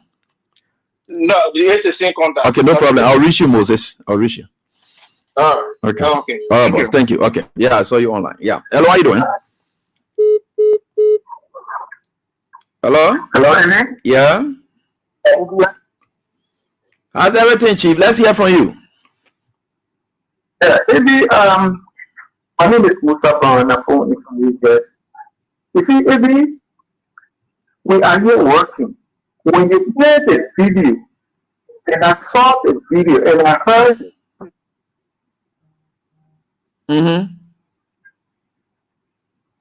You heard it, guys. What? Shoot him, bring him down. Yeah. In this country, so people working to metal him. When those guys ready, maybe they take things, but we restrain them. Because people free, they can restrain them. And then the police for getting the report, giving the answer that this way of only doing it is really abnormal. Yes. Abnormal. It's abnormal. So this is all they unexpected. They were called because somebody was really abnormal. That's why they were going there. But the police should be trained practically how to bring such a person down, how to restrain him. So to restrain him was just the best option. You shoot this guy. In fact, when you shoot this man and kill him in his room. Amen. If that is in this country, God can come up with this place immediately. They're not lost on the work. That bullshit they go do, they say they can to get here, put solidarity. When you are told that this man is going to his normal, people that work here in mental home, when you go in there, you sign us. But these people you're working with, normal. So when they attack you, they are certain when you should defend yourself. You either leave, run away from them, and find a means to bring them, to restrain them, you take them. And you see the kind of control we have in? This is what I told you, maybe, when you were to FM. I told you maybe before Gregory Coleman, the reason why Joseph Walker appointed God, because Gregory Coleman, they were part of the death squad. They were killing people around Monrovia.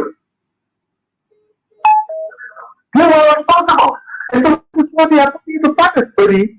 But it is satanic. Amen. You're right. Okay. They kill you. They kill you just like that. Free. The government is killing the citizens. All right. Thank you, Mother. Hello, how you doing? Hello? Yeah?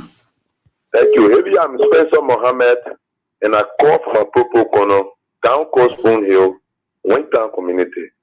Maybe, thank you very much. As I start near my radio and begin to listen to the gun sound, it reminds me of what happened and what we experienced over the last 14 years. That led some of us today, we don't even know where they bury our parents. But this is the case. Indeed, I want to truly believe that the prophecy that was made by that Nigerian pastor, indeed it is coming to pass.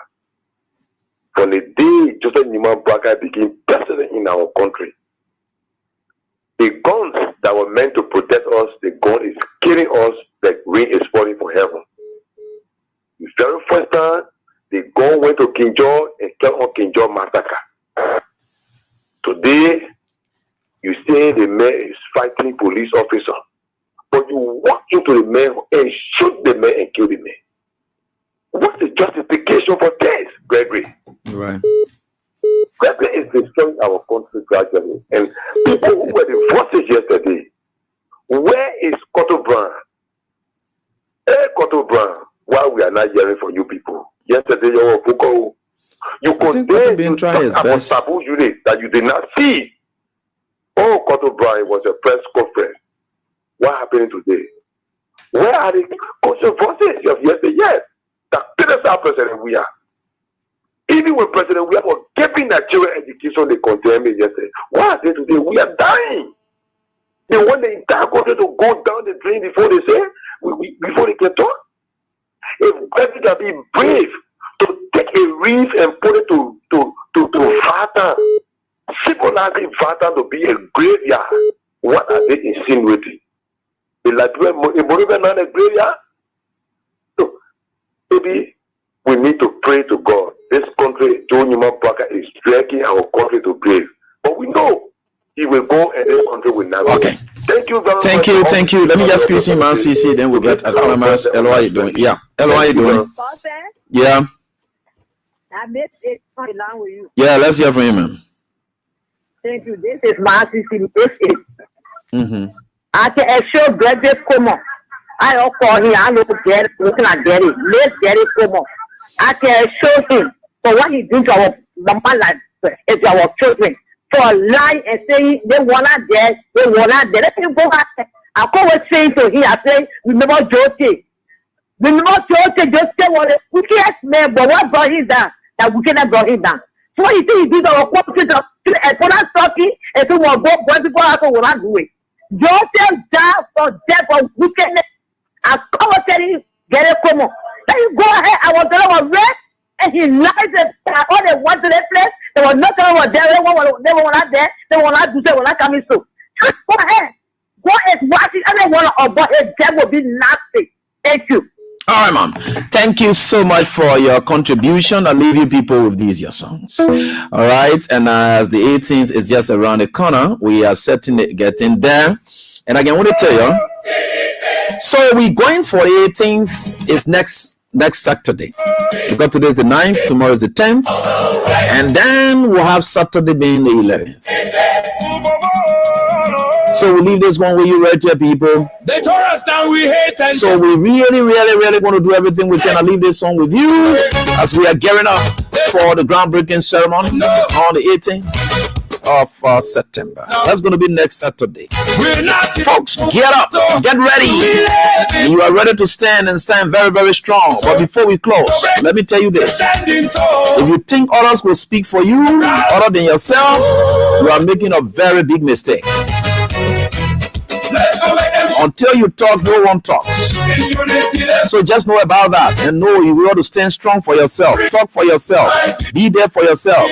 Be active citizens and not inactive citizens. By that, your government will fear you. By that, they will respect you. And then your country will be a better place. So until we are back here tomorrow, God willing, with the Friday's edition with the Diaspora Talk team, I want to say, we wish you all the best. Bye-bye.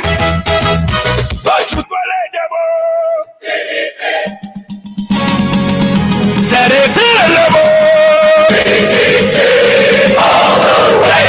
CDC, brother. All the way.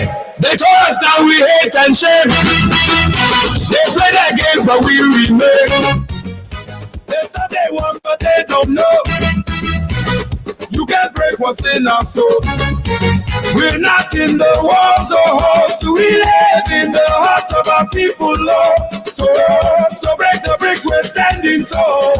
CDC will rise through it all. Let's go break our ground. Let's go make them shake. In unity, there's power found. We are supreme, the mighty CDC. The mighty CDC.